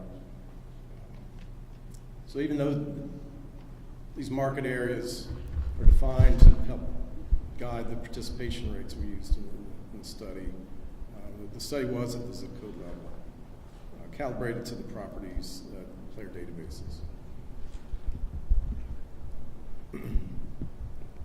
So in this picture of the current fiscal 2024 calibration by region.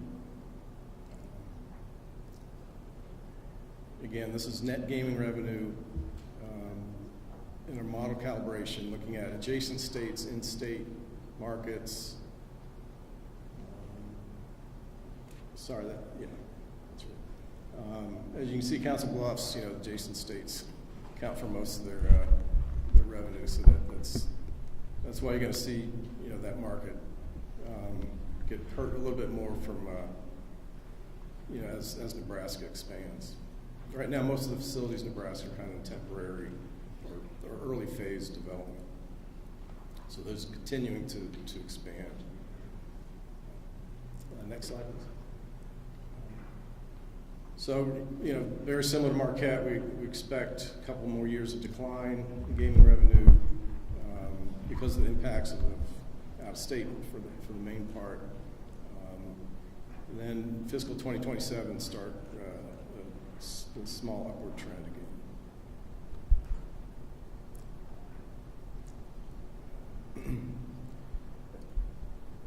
I think it speaks to the credibility of both of these analyses. Marquette had no contact with them, did not see their report before I released mine. I think we came up with very similar numbers.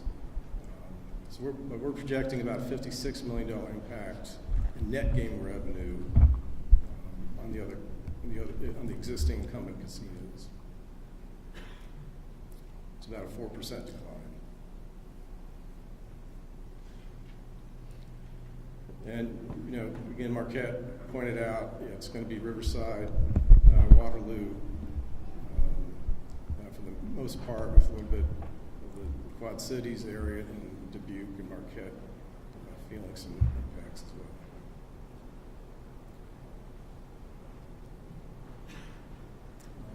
The total net gaming revenue, we're a little bit higher than Marquette.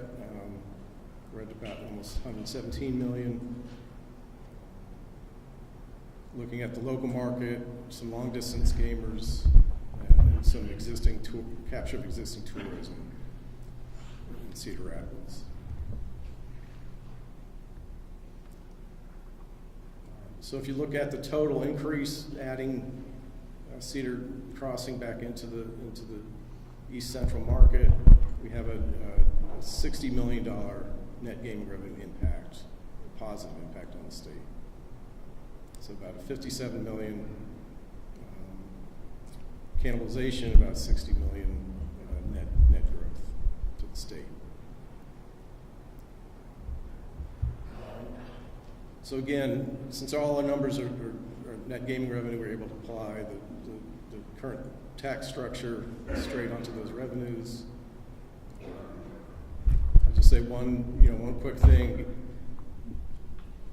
That $57 million of cannibalization, first $3 million of that is going to be taxed at a lower rate at Cedar Crossing because of the graduated scale here, versus all of that $3 million that would otherwise go to the incumbent casinos would be taxed at the 22% rate. So we've got about a $25 million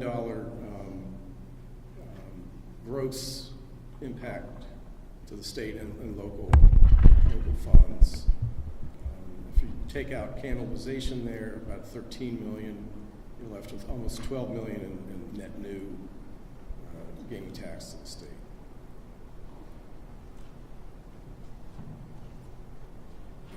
And I'd just like to also speak to there's some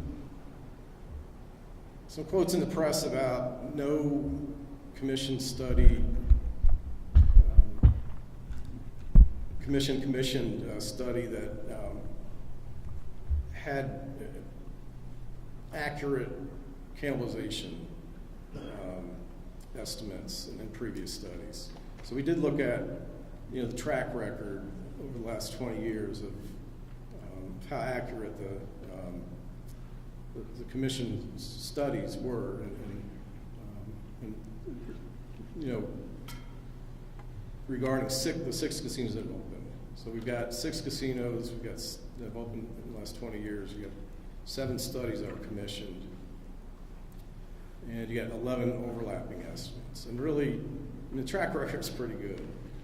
You got 8 of the 11 estimates were within 7 percentage points. 6 of the 11 were within 5 percentage points.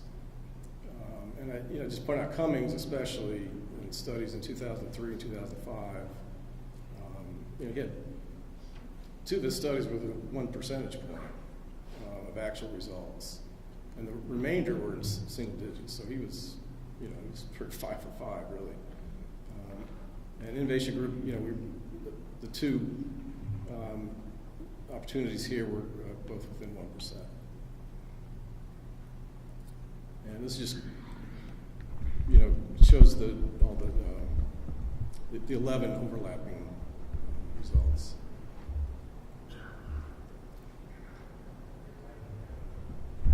So, are there any questions? Any questions? So, you heard my question about free play and declining tax rates that less expensive for the operator. Do you have a different view than what you're? No, I think he's right, and I think you're right too. Is free play numbers are probably going to go up. I just kind of took that whole discussion out of my analysis by focusing on, okay, here's the real money that people are taking out of their pockets and putting into the casinos. So that's the calibration, and then you just forecast from that calibration based on population income changes. So all my numbers are just dealing with net game revenue. Thank you. I have a question for you regarding the sensitivity analysis. So you have that in there as the projected size proposal of the current Cedar Crossing project and what the cannibalization rate or partnership would be as a result of increasing that size by 10, 25, and 50%. Is it possible to apply those numbers to a decreased size of the project to see is there a sweet spot where the cannibalization rate becomes lower and yet the tax revenue to the state still remains positive? Is that a possibility in your modeling? Oh, definitely, yeah. And we can do the reverse. That as a follow-up. Oh, sure, no problem. Thank you.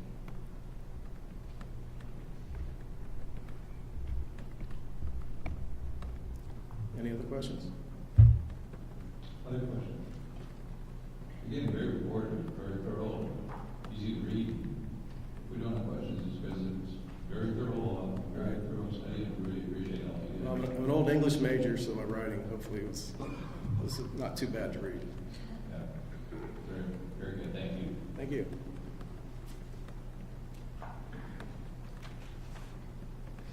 All right, commission questions to Cedar Rapids Development Group, Linn County Gaming Associated on the application to establish a gaming structure.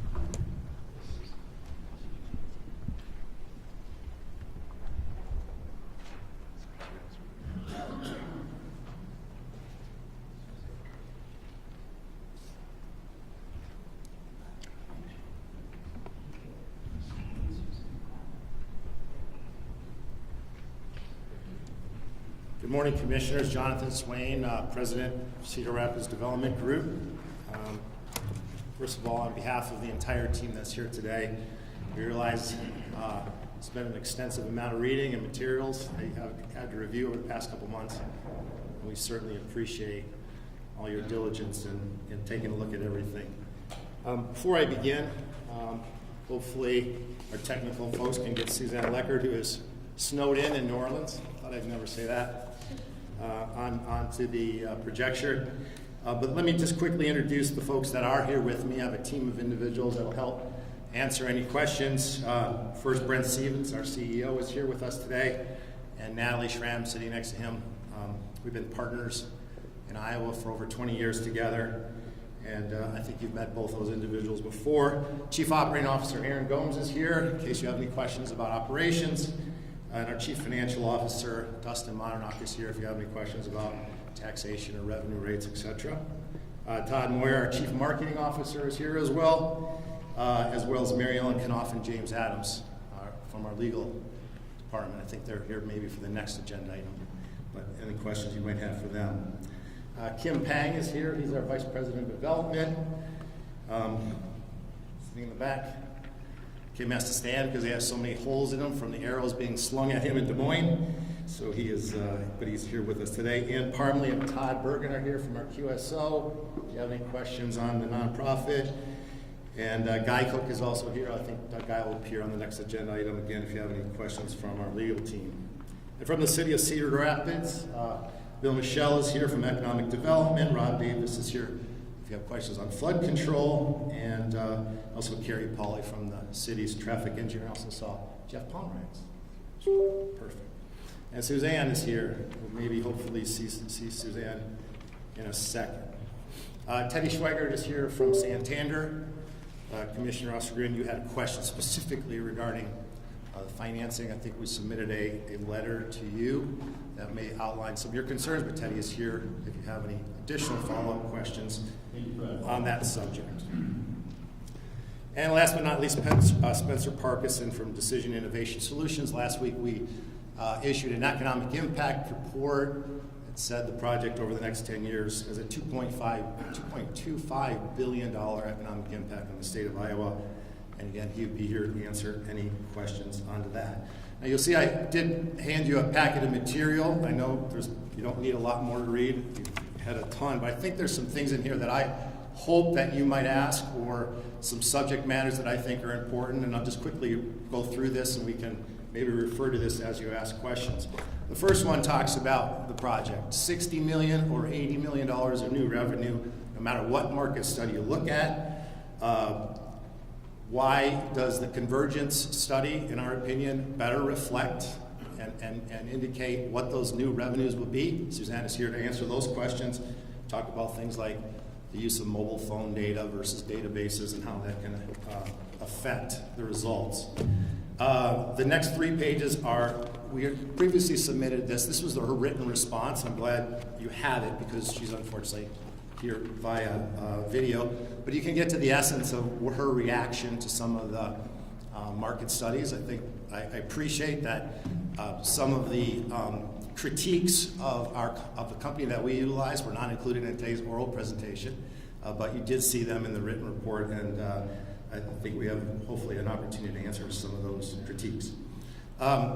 Cannibalization. We've talked about cannibalization at this property in particular. 79% of the revenue in the application for this facility we're standing in today was to be cannibalized. That license was issued, obviously. None of those revenue cannibalization numbers occurred. I think that maybe we differ in what denominator and denominator we're looking at with the innovation, but we firmly believe that to be correct. And the same thing with the Grand Falls issuance in 2011. Cannibalization that happened in Sioux City, property that we ran in year 1, there was growth, no decline. Obviously, we reinvested quite a bit of money into that market, made it grow. Emmitsburg and Northwood also grew as well. At our site visit, we had a few questions about traffic. We went back to a little bit with our friends at the city, and you see a much improved traffic flow, a reconfiguration of the facade of the front door away from the residential area. Any questions you have on traffic, that's included in the packet there. And then the nonprofits, 8% pledge to nonprofit organizations. Again, the highest in the state, $6.3 million per year. Certainly with any type of cannibalization of existing casinos, we realize there'll be a decline. But for us, more is more. $10 million versus $15 million in total contributions to nonprofits in the state of Iowa if Cedar Rapids is approved. And then the economic impact study highlights of what Spencer said in that newly created economic impact study. Again, notes for you to take a look at, ask questions, or maybe peruse at a later time. And the final one is the 12 criteria. You heard me talk last fall about the 12 criteria. We believe there's 12 yes check marks next to each of these criteria as it relates to this project, whether it's economic impact, community support, the viability and net benefits, the tourism, employment opportunities, and I certainly appreciate Brett's from Marquette's comments regarding the quality of our facility, especially differentiating it from the other competitors in the marketplace as an urban destination or an urban casino, and the large amount of money that we're spending on non-gaming amenities. Employment opportunities. I heard today maybe some pressure on employment opportunities, but just take a look at the facts. In 2017, Riverside had 85 $5 million in gaming revenue. They had 730 employees. Today, their gaming revenues are $129 million, and they have 701 employees. So 27 less employees on $45 million of gaming revenue. Excuse me.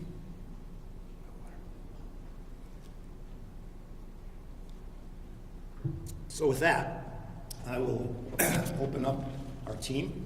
Excuse me. Suffering from a little cold. Open up my team or anybody that you wish. Ask a question for us, and we're happy to answer. I'll just give you, or if you want somebody else in the team to respond, sure. A chance to respond to the questions I had about the declining cost for an operator to use free play, and take it from there wherever you Yeah, so Commissioner, I wasn't involved in the argument to reduce the taxation on free play, but I imagine that my frenemies in this room would indicate that what their objective was to grow revenue, right? And that's real wallet revenue. So if I have $100 in my pocket and I have a $10 offer or a $15 offer, the objective is still to induce that customer to come in and spend $115 versus what they were spending before. So what I believe the opinion of, and I would have to go back and look at the argument that was made before the legislature to do this, is that this is going to grow revenue, and that's taxable revenue. So the reduction use of free play doesn't necessarily reduce from overall, wallet revenue, we call it, or the real revenue. These incentives that are no longer taxed are able to be used more effectively by operators and gain additional revenues. And that's really the basis for why this is done in many states. It's shown that it actually can grow real taxable revenue.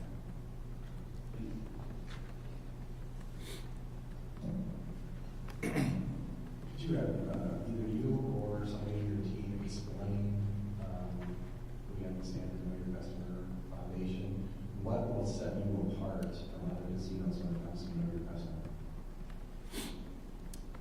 I'm sorry, can you repeat the question? Know your customer. As we work with other casinos to strengthen the problem gambling. Oh, problem game, yes. What will set you apart from other casinos that are operations in respect? That's a very interesting question, because in the past few months we've been looking at some technology that can actually use AI to identify patterns of people that are potentially entering into problem zones. What happens typically in the gaming facility is you put out your materials, you provide that for anybody that wants to get that, and then you train your employees to identify problem behavior. Someone who's angry, punches a slot machine.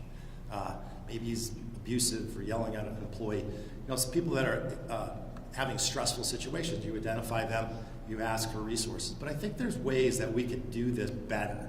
And the use of artificial intelligence to track people's behaviors against what is known data about that customer and see what is the ability for us to kind of proactively look at these things, because none of us want any of these 2 or 3 or 4% of our customers that we deem as potential problem gamers. We want to identify that early and do an intervention early. And so I think that that's going to be something that we'd like to bring forward when we open the property, is to bring technology into this realm of problem gaming identification. It's new stuff. It's starting to be laid out in the industry, so we're interested in it. Thank you. Yeah. Had the opportunity to see that technology in action. Oh, you did? Oh, wonderful. Yeah. Technology. Great. Since our last meeting, since our site visit at Cedar Crossing, the proposed entrance has been moved. Yes. Is that correct? Could you Yeah. kind of walk me through the factors of why that change was made? I think when all of my team and you were there had a chance to sit down and look at it and look at how easiest to get emergency vehicles and customers in and out of this facility very quickly and minimize the impact on the residential neighborhood, it became apparent to us, our architects needed to go back and look at this again. How could we better do that? In the city's cooperation with putting in those 2 roundabouts, I think has been instrumental in that effort. But it was really, because we haven't all gotten onto that site together in the last year until the site visit, and I had a huddle and I said, hey guys, let's make this better.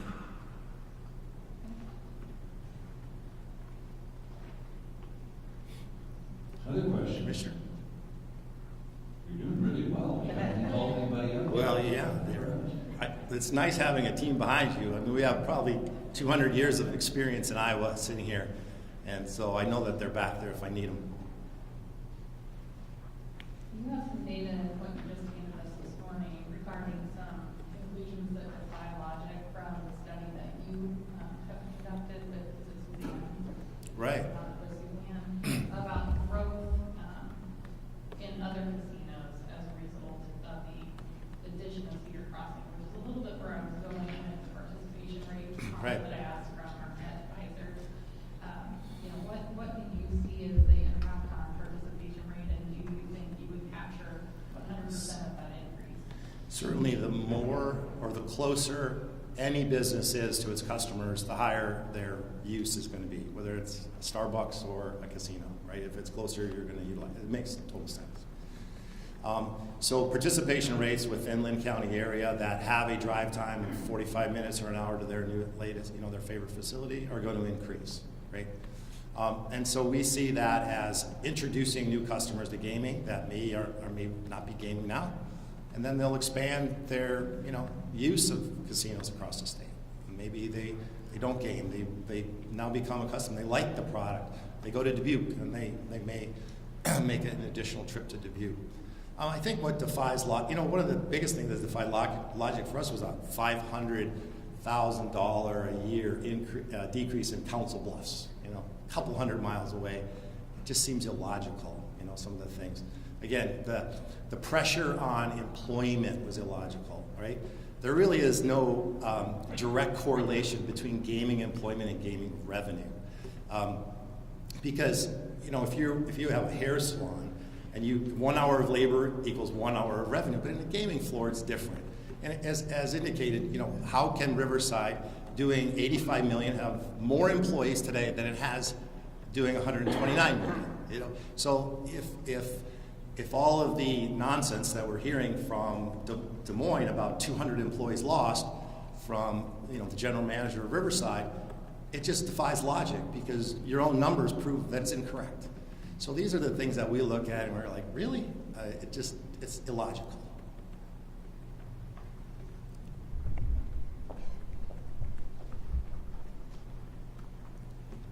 Other questions? Anything else?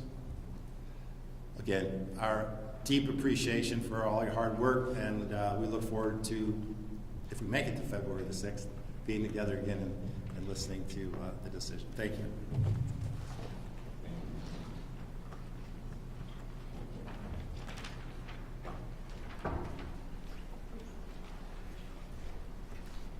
All right, public comment. We have one from Scott. I apologize if I correctly getting your last name. I'll let you correct me on that. Roy. Just like Illinois. Just like Illinois, I have it now. I won't make that mistake again. No worries. Thank you, sir. Honorable petition staff, fellow guests, good day. My name is Scott Soroy. I'm the general manager of Meskwaki Bingo Casino. Thank you for this opportunity to follow up for the proposed Cedar Rapids license. Meskwaki still does not support consideration for another gaming license in Iowa. As I stated in November 20th, 2024 meeting, I believe we're already in an extraordinarily saturated market. And towards that end, as the commission's aware, we also commissioned another third-party economic feasibility study, and thank you for taking that in consideration, or at least requesting a copy for consideration. We also went back to the Meister Economic Consulting Group to take a look at the feasibility studies that were submitted to the state and uploaded to the state website. And as much as I would like to say that they were all wrong and point out any egregious discrepancies, the reality of it is they were all very, very well done. They seem to have the same theme, including with our study, that there will be a certain amount of money, and I think all of the various economic feasibility studies are within reasonability. And I think the only thing that I would say is it's not the revenue that I think that's the most important thing that everybody agrees on. It's the cannibalization that everybody agrees on. And in differentiation between, the last speaker and myself, I would just say, as an operator, having grown up in Nevada, spent my whole life in this industry, the one thing that I see, which seems to be fairly obvious, is the cannibalization is more likely to go up than it is to go down, only for the reasons that everybody's mentioning. And the reason is because all around the periphery of the state, other states are adding gaming too. So we're getting less gamers from outside of our jurisdictions than we have been in the past. And I would say, and I did state at the last meeting, in addition to that one thing is unique about Iowa that I have found is that the fiscal year that the state uses seemed to amplify greatly the bounce back in 2022, and the reason for that is because of the fiscal year of the state ended in June 30th and starts July 1st. So the point of that is, during the pandemic, 2020, all the properties were closed March 17th. Most properties reopened June 1st, and the point of that, Iowa seemed to capture that whole uplift, so that's why there's that extraordinarily spike, that goes to the top straight away, the highest the state's ever seen, and it's been declining ever since, and the reason for the decline is certainly as obvious. My apologies that I didn't announce. Okay. We have a 3-minute limit, and so my apologies, so let's reset it for 3 minutes. We're going to give you an additional 3 minutes. My apologies, I didn't announce that ahead of time, so you've got an additional... A bonus! I got free play! Please, additional 3 minutes. Okay, hopefully I don't need it all. Thank you. This time, at the end of 3, I'll let Cody shut you off. All right, fair enough. Thank you. Fair enough, thank you. So my opinion, certainly the cannibalization, as I said, is more likely to increase than to decrease, again, because the competitive pressures, around the state of Iowa. And I think that, we have, again, consideration of how that, the restart after the pandemic, going back to obviously like July 1st, the state of Iowa captured that whole lift, so compared to 2020, obviously it was crazy good, and 22 was, and also an increase, but it's been tailing off ever since, and not just revenue, obviously admissions also into the state, and so in my opinion, just as I can't say a casual observer, but certainly as an informed observer, it's a little unsettling that we're talking, the state is talking about yet more competition, within the state when it's already hotly contested, and it's so hotly contested, all the states around us are trying to export that tax into their state as well. So with that, my only last comment would be that as an operator, I would just like to answer, free play is not free. It costs the operators money, and we like to have that opportunity to allocate free play, and it felt like the example up there was about 10% reinvestment back into our customers, and that generally in our industry ranges anywhere from, depending on how competitive the market is, from 5 to 20%, and I've seen it a little higher in some markets, but also I'm saying is without the tax on that, that will certainly help the operators, give them one more toggle switch to flip or button to push to help the revenues go up. So that's all my comments. So thank you for your time, and thank you for letting me go over it. Thank you, Scott, and I apologize for butchering your last name. No, that's no worries.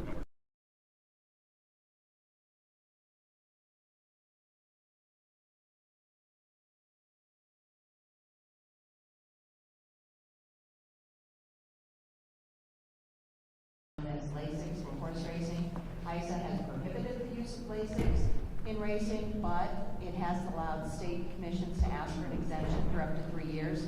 Last year, the commission asked for and received an exemption for the 2024 racing season. The issue today is whether the commission would like to do that again for the 2025 racing season.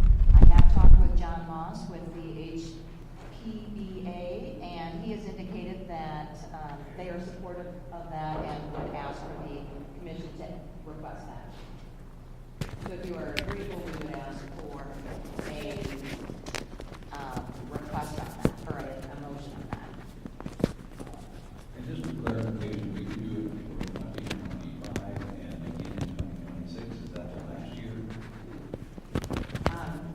know we don't know. requested it twice before, So this would be the last year. unless something was changed. Yeah, under the current law, actually, yes, there's discussions about how it's gonna work out. Currently, I know you can do it in 2025, 2026 is still to be used. I just want to, again, one question, what percentage of horses are running today using? Prior to the inception of this, it was 95% of horses. Since that time, we now don't allow 2-year-old races or stakes races. That's per the federal law. But you're still probably getting somewhere in the neighborhood of 85 to 90% of horses in that races.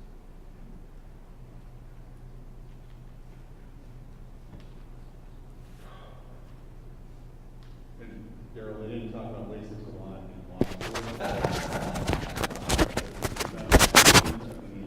Yeah, and no question, not all the needed, but once it becomes available, they're going to utilize it.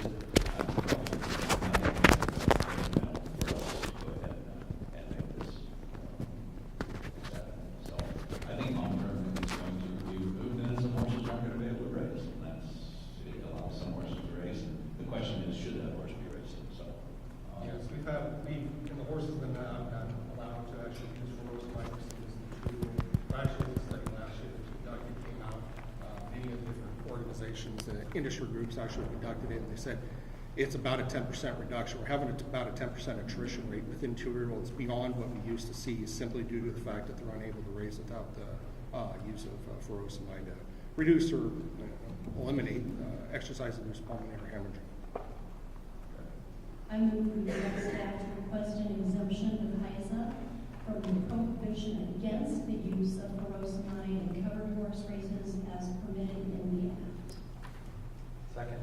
I have a motion and a second. Any more discussion? Hearing none, all those in favor say aye. Aye. Opposed, same sign. Motion carries. Thank you. Thanks, John.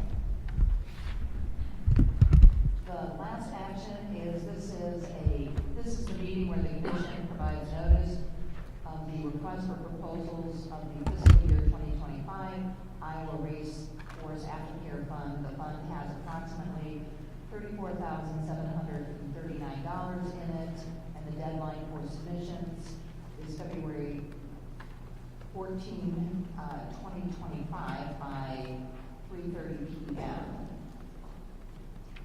I have to check the deadline on that, so check our website on that. The email submission for that is irgc@iowa.gov. Thank you. All right, we're going to now enter to the petition for declaratory order regarding Iowa Code Section 99F.711. And actually, I think prior to that, we were going to have David Ranch take the podium and just go through kind of progress and the status and where we're at before we get into the actual arguments. Absolutely. Just setting them up. Beautiful. If I go 10 minutes, that's way too long. So I'm on the clock. All right, I'm used to it. So just kind of a summary of where we are here as the commission. This petition was filed in November. At the November meeting, you all decided to set a schedule to hear arguments and positions on this issue. After that November meeting was the time under the rules that any parties could intervene. So Cedar Rapids Development and the Linn County Gaming Association intervened at that time. Part of the schedule involved a comment period. That was open through January 3rd. The next part of the schedule was each side, the petitioners and then the two interveners could file a brief. Those happened in January. You've been provided with those written arguments and those briefs that were kind of staggered through January. You also have the original materials that were submitted back in November by the two petitioners. So then setting up where we are here today, another part of that schedule is an opportunity for the parties to give oral argument to you about why you should agree with their position, rule in their favor. And so that's what the next part of the agenda is. I think I'm under 10 minutes, Cody, but I'll turn it back to you, Chair Olson, for the oral arguments, and you can call up the lawyers, and our esteemed timekeeper will keep them. Can you just clarify the time limit, so at this point in time, you could walk through that with everyone? Yeah, so we've established this as 10 minutes for the petitioners, 10 minutes for the interveners, and then the petitioners will have a 5-minute opportunity to do a rebuttal or reply to anything that's said. And Cookie is really tough when it comes to time, so I just want to you she's efficient, so go ahead and get started.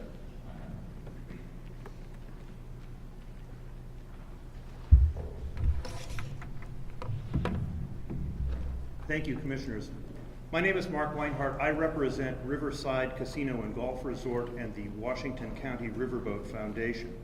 We are here today to ask the Commission, under its authority under the Iowa Administrative Procedure Act, to issue a declaration that the 2021 referendum held in Linn County does not today give the Commission the authority to issue a license to conduct gambling games in that county. Your own statute, Chapter 99F, lays out the requirements for the issuance of a license, and one of those requirements is an electoral requirement. Ultimately, the residents of a county have to, in 2 different elections, vote in favor of having gambling games in that county. The first one of them... I'm going to do what a judge would do in the situation. Sure. Take it totally off your outline. You included in your reply brief, attached to it was an affidavit from David Binder. Yes. Why was that not in the original brief that you filed? So part of it, quite frankly, was time pressure, number one, and number two, it was also a reaction to information that came not only from the interveners, but came from Linn County. Linn County, in their submission to the Commission, made this strident declaration that the result of this election means that people in Linn County firmly supported gaming. And if I could have the PowerPoint slide, please. So yes, while that's coming. So here's the. Let me ask you a follow-up Sure. question on that. I didn't see in your brief a citation of a case that would suggest that a court doing statutory interpretation would look at an affidavit about what people thought language meant. I'm not aware of any case law on that. Can you point me to any authority where we would look at an affidavit from, I'm not questioning an expert in this field, but a court, we're supposed to act like a court if you're applying statutory interpretation to those agree. So correct. So I don't know of any case law where a court would look at an affidavit like that to help them understand what this language means. Can you point me to anything that would support that? A declaratory order is, I think, not only a declaration of what the statute means, it also is a declaration in light of the factual background of the case. And the Binder affidavit is an indication of the factual background of the case. And I think I'm getting my PowerPoint slide and I can illustrate the relevance of it. So the image that you're looking at is the actual ballot language that people looked at when they walked in to vote. And that language in 2 different places tells them gambling is already going on in Linn County. So if you could click the first one of those call-outs, please. It tells them if the referendum is approved by a majority of voters, operation of gambling games with no wager or loss limits may continue. And then if I could have the second one, please. It then tells them if disapproved by a majority of the voters, the operation of gambling games will end within 60 days of this election. This didn't ask the voters to decide whether or not to commence or to initiate gaming. It asked the voters whether to continue gaming. And in both of those places, excuse me, yes? Question, how many other operators use this exact language? No other operator used this exact language on these facts, where there was no gambling license in effect in that county. This is the only time to our knowledge that this has ever happened. But to clarify, this language was used in a county where a license had been approved, but gambling games were not yet in action. That's correct. In Linn County, the casino was literally under construction when they had that second referendum. However, there was no gambling going on. There was no gambling going on at that moment, but we believe that the critical distinction is, had gambling been approved by this commission, had a license been issued? And no license was issued in Linn County, and Linn County is the only place where that happened. Not in that sense. So I understand the nature of the language. Here's the issue. This referendum in 2021 passed with a margin of 54.7% voting for. And so if you subtracted 5% of that, 1 out of every 20 voters, that referendum fails. If voters look at the language that I've got highlighted up there, we submit that it is likely that 1 in 20 or more of them would look at that and think, oh, I guess there must be gambling going on somewhere, somehow, in Cedar Rapids or in Linn County someplace, and so they're voting in order to continue something rather than voting to initiate something. Mr. Leonard, can you point me to an Iowa Supreme Court case that has ever engaged in that kind of analysis where a court said, if this language was different, we think this percentage of the electorate would have voted differently, and so that would have been less than the majority, and therefore it would have failed, and therefore it's not an effect? So, is there any Iowa Supreme Court case that says something like that? The Honahan case doesn't literally drill down that far, and the Carl case doesn't literally drill down that far, but both of them talk about this exact same problem where there is a mismatch between the language in the referendum and the language of the thing that the people wanted to do. So in Honahan, the thing that people wanted to do was to build a schoolhouse that might be K through 12, might be 5 through 12. But what the language of the referendum said was build a senior high school. And what the Supreme Court said is those two things don't match. And so you can't build something other than a senior high school if that's what was authorized. And we don't need the binder affidavit in order for the commission to conclude that that is a problem. That's just a problem on the language of the referendum relative to what your statute requires. And that was the problem in those other cases. Mr. Weinberg, yes. Doesn't the initial vote establish gaming in that county? No. A license issued by your commission establishes gaming because there are many other things besides the referendum that have to be satisfied. There has to be an applicant. The applicant has to be vetted. All of the things that go with the licensing process that we're going through here, all those things have to happen for there to be a gaming license in the county, and that's what we submit is the thing that actually matters in terms of whether something is being continued or whether something is being initiated.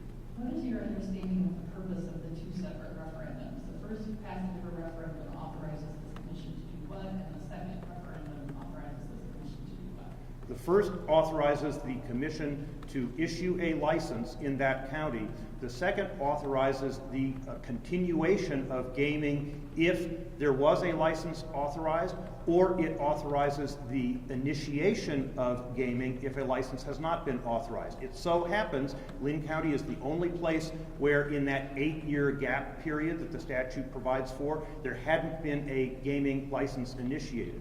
But it was always the legislature's intention, whether you opened a casino or whether you didn't, that the electorate had to say yes to it twice. That we wanted to make very, very sure that people in whatever county that we're talking about thought that this was a good idea. And that's the purpose behind the statute. And that's what was not complied with here when we announced to people, oh, there's already gaming here. Would you like to vote to continue that gaming? Can you take us to the timeline on when you became concerned about all this? So that would be when one of my colleagues in my office, as we were first drilling down into this, read the language of the 2021 referendum and the 2013 referendum, and we noticed the problem. It was last fall, not very long before we filed the application on November 8th. As soon as we discovered the problem, we moved as quickly as we could to put something together and get it on file, knowing the timeline of events that was going on in this proceeding. The one other thing that I will address quickly is the answer to question number 1 that was posed by the commission about whether or not the commission should use its discretion to not decide this question in the context of a declaratory order. This question is not going away. The commission can't issue a license on February 6th, if that's what the commission is inclined to do, without making a decision one way or another about whether the 2021 referendum is sufficient. And so there's no reason not to decide the question today. There's no more information that will be available to the commission in 2 weeks than will be available today. And so today is the time that the commission ought to decide it. Moreover, the decision that the commission will make today won't just make a decision about this license application. If the commission denies the license application, other applicants could come along on the strength of the 2021 referendum. The world needs to know, is that referendum legally effective or not? That's what this proceeding will decide. My time is up. Unless anybody has any questions, I will be back for rebuttal. Thank you. Thank you much.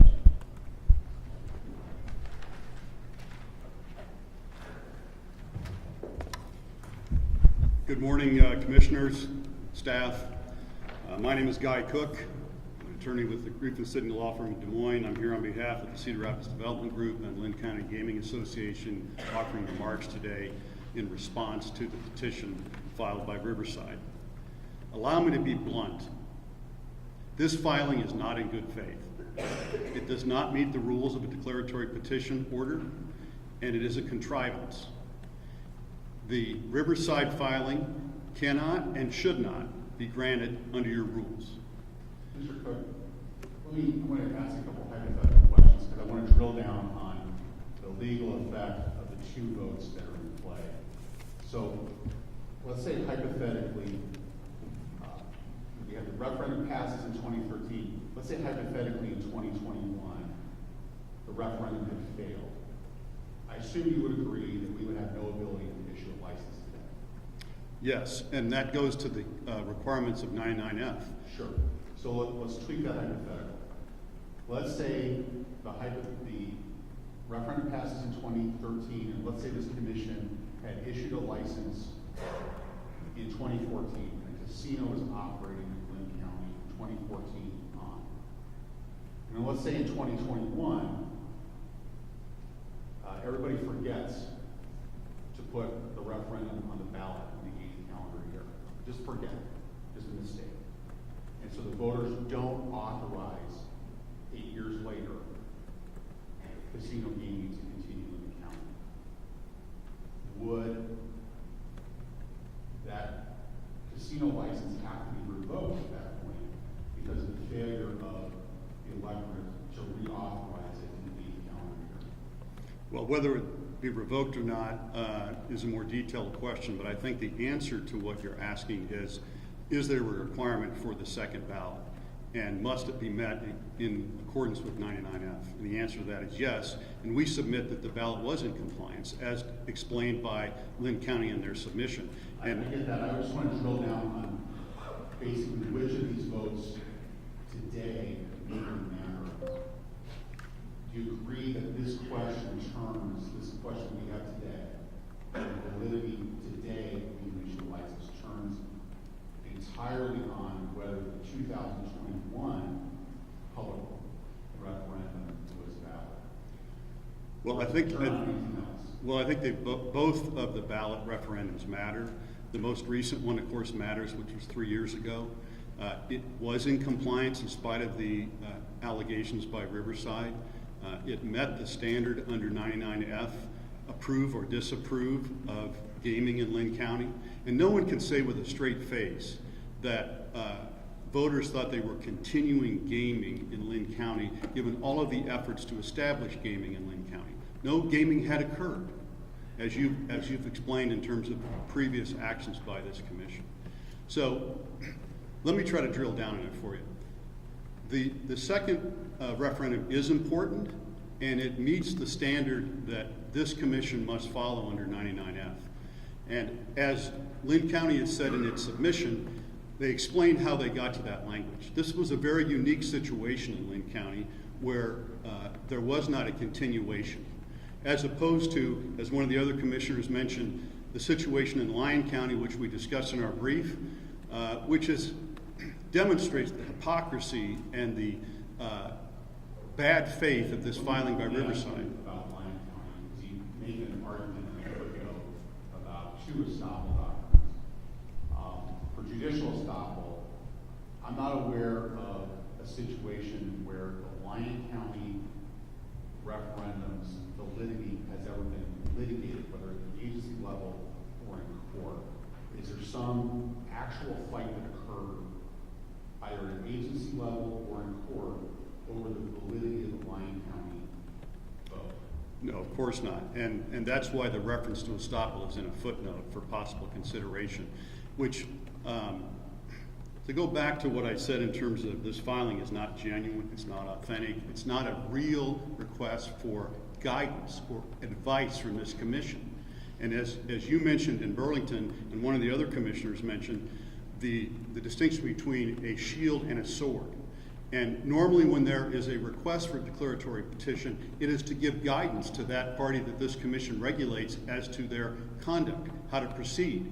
That's not what this is. This is an attempt to not use a sword, but use a nuclear option to destroy the authority of this commission, which it clearly has under the vote that was passed in Linn County.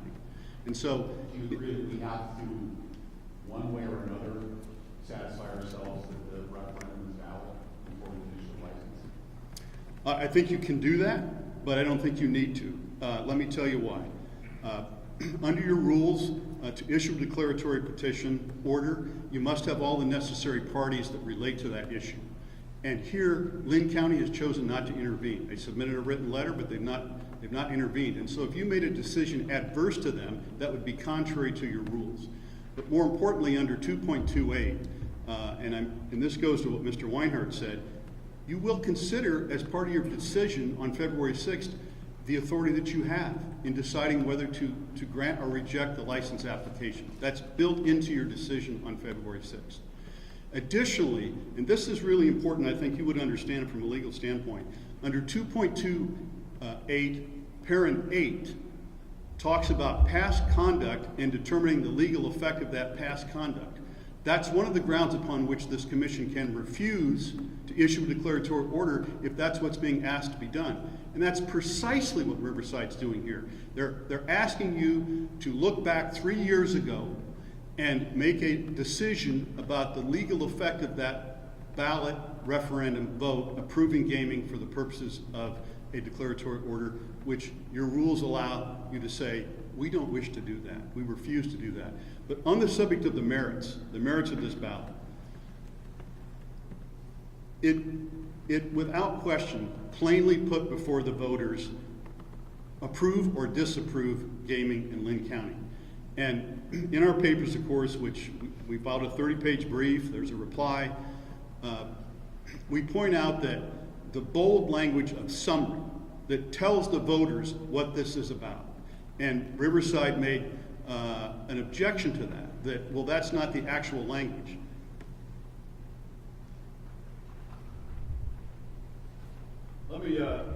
Let me show you something here that is from Washington County.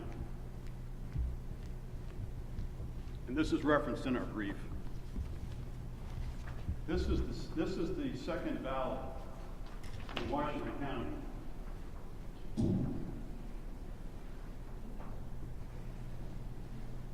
And it's side by side compared to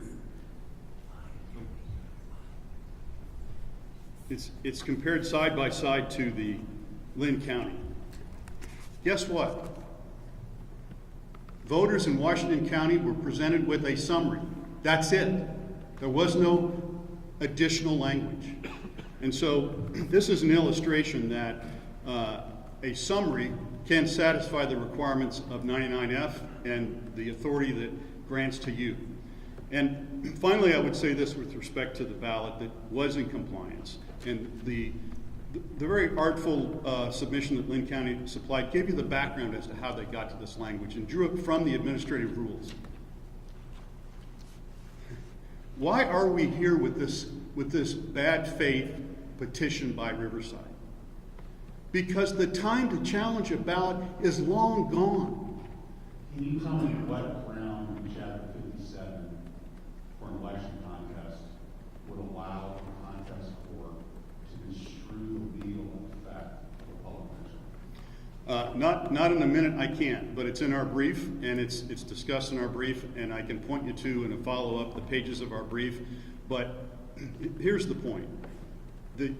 The reason why there are strict requirements to challenge an election, to challenge a ballot, to challenge a referendum, is so that we can have finality in our elections. And Chapter 57, Chapter 62 set forth very strict requirements, including a 20-day time limit. And Riverside knows that the opportunity to challenge this ballot is long gone. And so they've come here with this petition for declaratory order to try to tee this up. And I would submit this challenge to my friend Mr. Weinhardt. Is he and his client willing to accept the decision of this commission and allow this commission to move on? Of course not. Because this petition is not real. It's not genuine. It's designed to give them a vehicle to go to the district court to try to convince a judge that the court should restrict or eliminate your authority to issue a gaming license. It's a corruption of the process.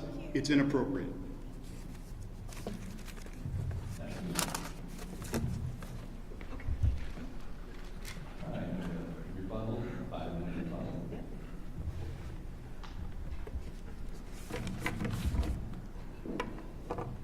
This is not a nuclear option. It's not in bad faith.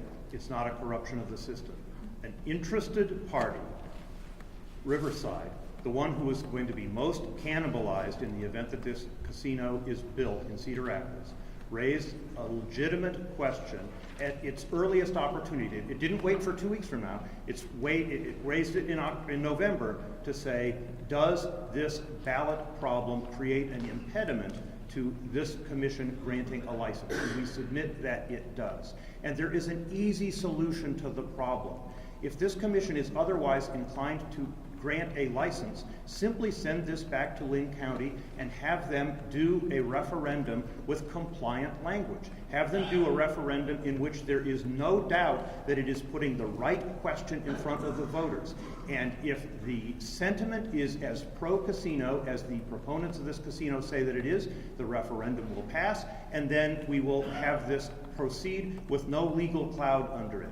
If we skip over this step, we will proceed with a legal cloud, and Mr. Cook is right. This is a legal question. It doesn't stop before this commission, and there will be further proceedings because there need to be. Somebody needs to decide whether or not this is a correct legal application of the statute. And it's not an application of an election statute. We are not challenging what happened in the election in 2021. Linn County posed a question to its voters. The voters answered the question. We have no dispute about how that happened. This isn't Bush versus Gore. We're not claiming that the votes were miscounted. The point is that the question that they posed wasn't the right question. And the only stat... Yes. It's the same question that was asked other places when there was no gaming. I mean, we've spoken hypotheticals here, but couldn't the citizens of Linn County said, you know, hypothetically, continue gaming means we're going to continue to pursue a license? So, first of all, this procedure, this declaratory order procedure, was used for exactly that without even a license proceeding pending in the Kopecki case that the Supreme Court decided. And so that this procedure is exactly anticipating getting that kind of legal advice from the commission. But secondly, in none of the other cases, not in Washington County, not in Lyon County, was there either A, a challenge like the challenge that we're raising here, or B, the absence of a license to conduct gambling games. And so this is the question that is in front of you here, today, now. And the commission has to answer that question here, today, now. I'm frankly a little taken aback when counsel, in response to Commissioner Ostergren's question about do we need to decide before we award a license whether the 2021 referendum satisfies 99F, and he sort of hedged and said, well, maybe not. This commission cannot avoid, sidestep, or ignore its obligations under 99F. That's why we put those in big, bold, italics letters at the top of our reply brief. And it has the word only in it. Only if those electoral requirements in the statute are strictly satisfied can you move ahead. That's the first door that you have to walk through before you can do anything else. What we're telling you is that door does not unlock given the way that that... Mr. Weinhardt, are you aware of other circumstances in which any operator in this room may not be strictly satisfying I am not aware of any other circumstance in which there has been this problem, where we had language about continuing gaming and there was no... I understand not this problem, but what about any other problems that this commission looking at strict compliance versus substantial compliance might affect other operators in this room? So I believe that the strict compliance question based on the language in 99F is very clear, that the electoral requirement is a mandatory requirement, and for the reasons that we explain in our reply brief, mandatory requirements like that do require strict compliance. Is somebody somewhere, some years back, not in strict compliance? I hope not, but the question is only presented if someone decides to raise the challenge. We, in the context of this proceeding, have raised the challenge, and so the challenge has to be decided. If anybody raises a challenge to any other operator's license, it should be strict adherence. So it should be strict compliance at the time that you're deciding about the license. If it has gone on for years and years and nobody has complained, that might be a different story. But we're raising the question before you issue the license.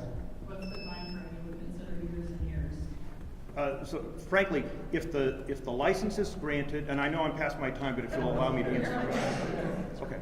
If the license is granted and the casino is built and people are moving forward and then somebody raises a question, I think there would be a very good argument, what Mr. Ostergun would call a waiver argument, that it's too late now to complain. But before the commission has even decided whether to grant the license, that's the right time to bring the issue, and that's why we're bringing it to you now. If it's okay, can I ask one question? Sure. Say, at that point, it's too late to complain. Why would we not consider November of 2024 too late to complain if this was an issue on wording? Because it seems like this might be too late to complain.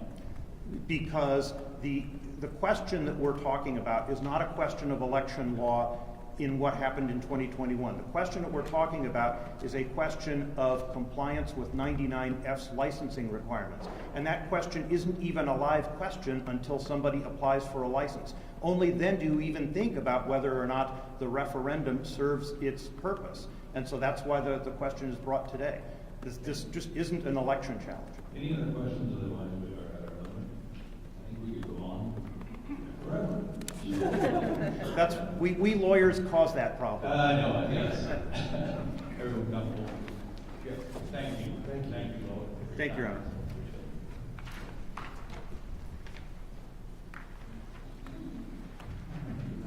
Make sure everything, at this point in time, obviously, we have time that we can discuss, so I hope you allow us to discuss. There was a question whether we should go into closed session, and we agreed now we wanted to stay in open session. I think if you remember when we were presented with this, we said we want to be a commission that's very transparent, we want to be open, we want to listen, and I don't want anything hidden. So I think now, if anybody has any comments or questions? Are we able to discuss with David and Jeff about how to do that? What's the process? I'm not sure if you're all that, Mark. If we want to ask legal questions to you guys, or do you guys take over the podium? How do you want to do that? Or Typically, we would provide legal advice in open session. okay. Great answer. So I think that probably is something that we would do. You're all looking over at the lawyer. Well, no, anybody can start. I'll dive in. I think both sides were well served by very capable counsel. I do believe that we have to answer this question one way or the other. We don't have the authority to issue a license unless we're satisfied that the public measure box has been checked, so to speak. That is a vital component, a vital element, so to speak, of the ability to issue a license. It's one of the few hard and fast rules. The other factors that the commission considers when issuing a license are not things that are capable of being reduced to just a numerical score. I think I said early on in the process, there's no scoring rubric. It's not that you need 700 out of 1,000 points to get a license. We look at a variety of factors that are sometimes in tension with each other to decide, but an absolute crystal clear requirement under the law is that we can say that the public measure has been passed in this county before we can issue a license. I don't think that has ever been, to my knowledge, something that's been significantly disputed before. That it's something's passed, nobody's raised a question, and to my knowledge, there's not ever been any litigation at the agency level about whether that box has been satisfactorily checked in a particular county.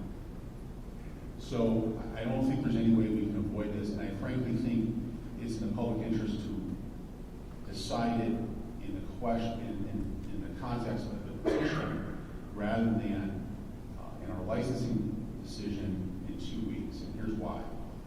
And you have to know a little bit more about the Iowa Administrative Procedure Act than a layperson would know for a reason, and that is, if a party is dissatisfied with how we resolve a petition for declaratory order or a contested case, they have 30 days to go to district court and challenge that.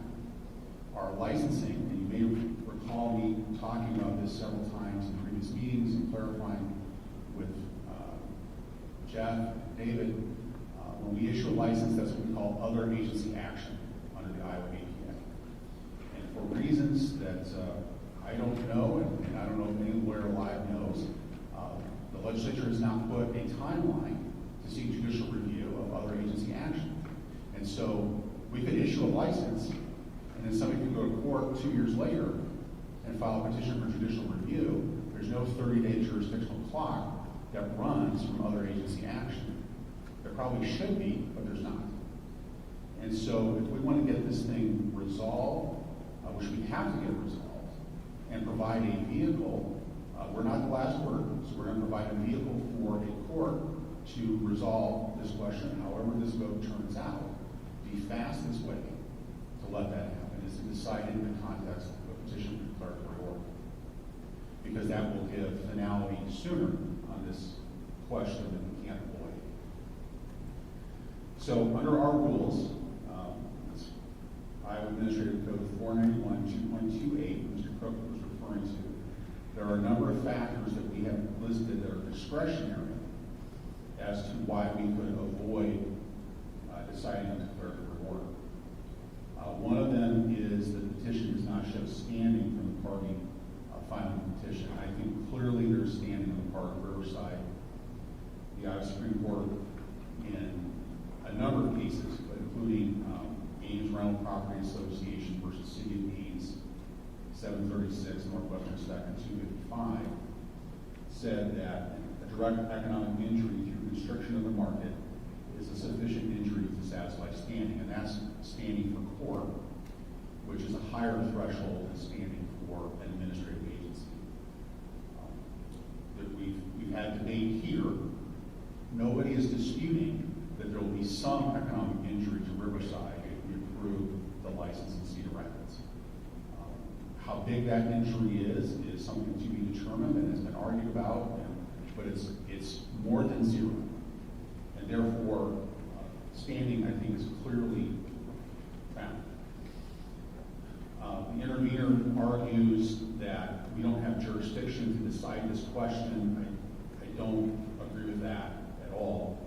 The legislature has given this commission full jurisdiction over gaming matters, including the issuance of licenses. There's no other administrative agency that can touch this question. We are the only body that can decide this question. So we clearly have jurisdiction to decide it. The next question that is presented, or excuse me, the next issue that's presented as to whether we should decline is whether this question is presented in a current rulemaking contested case or other commission or judicial proceeding that may definitively resolve it. I think I've tipped my hand why I don't think the other agency action of deciding if a license should be issued is the best vehicle to decide this. If we grant the license in 2 weeks, that would implicitly decide it, but it doesn't decide it in a neat, discrete way that's binding on the commission and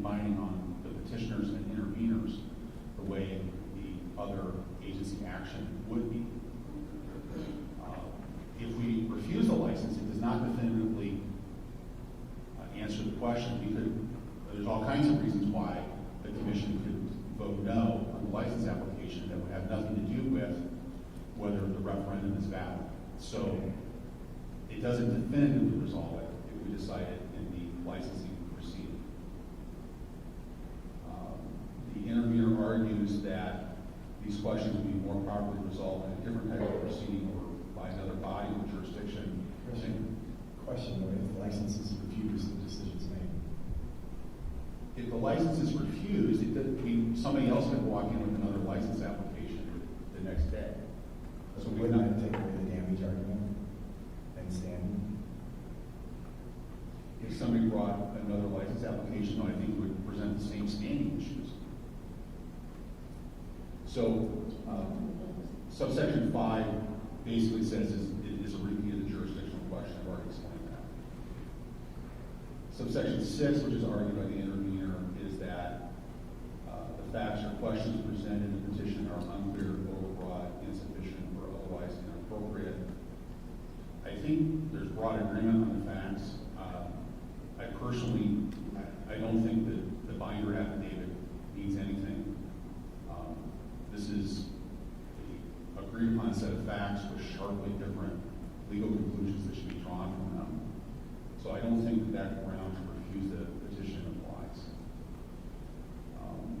The next ground, which I would admit is a more difficult analysis, is whether this is based solely on prior conduct in an effort to establish the effect of that conduct, or if it's calculated to aid in the planning of future conduct. The rules allow us to refuse a petition if what somebody is trying to use that petition to do is undermine a potential contested case, to litigate what happened in the past. Actually, interveners cited a case in their brief on page 9. It's a long case. It's International Union of United Auto, Aerospace, Agriculture, and Implement Workers of America versus Iowa Department of Workforce Development. It's an unpublished Iowa Court of Appeals case. But I think that case actually supports showing that this ground does not apply. Because in contrast here, there's clearly something in the future that's being talked about, and that is whether in the future a license can be issued in the county based on the present set of facts. So I don't believe that this ground should prevent us from deciding the question. I don't think it applies because that future looking part of the analysis. Then the last ground that's asserted is that the petition would necessarily determine the legal rights, duties, or responsibilities of other persons who have not joined in the petition, intervened separately, or filed a similar petition, and whose position on the questions presented may fairly be presumed to be adverse to that of the petitioner. So the claim is that there's two parties not here, Linn County and the Linn County Board of Supervisors. First of all, there's only one party. The county would be the party. The Board of Supervisors are officers for that party. It's not really very well identified in that what the interest of the county is here. The county had a ministerial duty to put this public measure on the ballot through the Board of Supervisors telling the auditor to do that. The county is not the applicant for the license, and I have a very hard time seeing how the county is a necessary party here. And I think that's supported by the Iowa Supreme Court case, Iowa Insurance Institute versus Corporate of Iowa Association for Justice, 867 Northwestern 2nd, 58. Also, we have a letter from an assistant Linn County attorney indicating the county is aware of this proceeding and is choosing not to intervene. There's really no prejudice identified in that letter that the county would suffer. Obviously, the county supports the casino project, but that's different than having a legal right that's being harmed. So then you're kind of working down these rules. You're making the argument that we should answer the question. Yes. But I haven't heard you kind of say yet, how you think we should answer the question. I haven't gotten there. Okay. I think we're just proving what Mr. Weinhardt said, that you give an attorney a microphone and he could read it. We should have started the 10-minute rule here also, but we appreciate it. So could we stay there though on, should we answer the question or not? And just, the first one that you talked about was standing, which would be under, 2.28, and it's the second point there. You talked about the economic injury piece. That economic injury piece would only come into effect if we granted a license. And to me, what we're being asked to do today has nothing to do with whether we are or are not granting a license. We are determining our authority to do so. That's the question we're being asked to answer with this order. So that's, if we say that, no, we do not lack authority, which would be one potential answer to this question, that doesn't mean necessarily that we're going to turn around and say, yes, we are going to issue a license. Wouldn't their standing of that economic injury be based on that secondary decision and not on our authoritative decision? That's an excellent question. So the standing analysis, so we are deep into difficult concepts of administrative law and civil procedure. Right? So standing requires a number of things. That the potential injury that you would suffer is tangible, something that distinguishes you from the public in general. That the dispute is right. It's not speculative, which it answers. Mr. Weinhardt didn't say rightness to you, Darrell, but that's the answer as to why they can't come into court before there's a pending license application or before the agency, because probably with no license application before us, their potential injury is not great yet. And so they wouldn't have standing at that point, probably. Okay. It's a difficult inquiry. But it's not speculative to say they have an injury if Linn County can get a casino license there, because that affects their economic interests. That's his opinion. That's his opinion.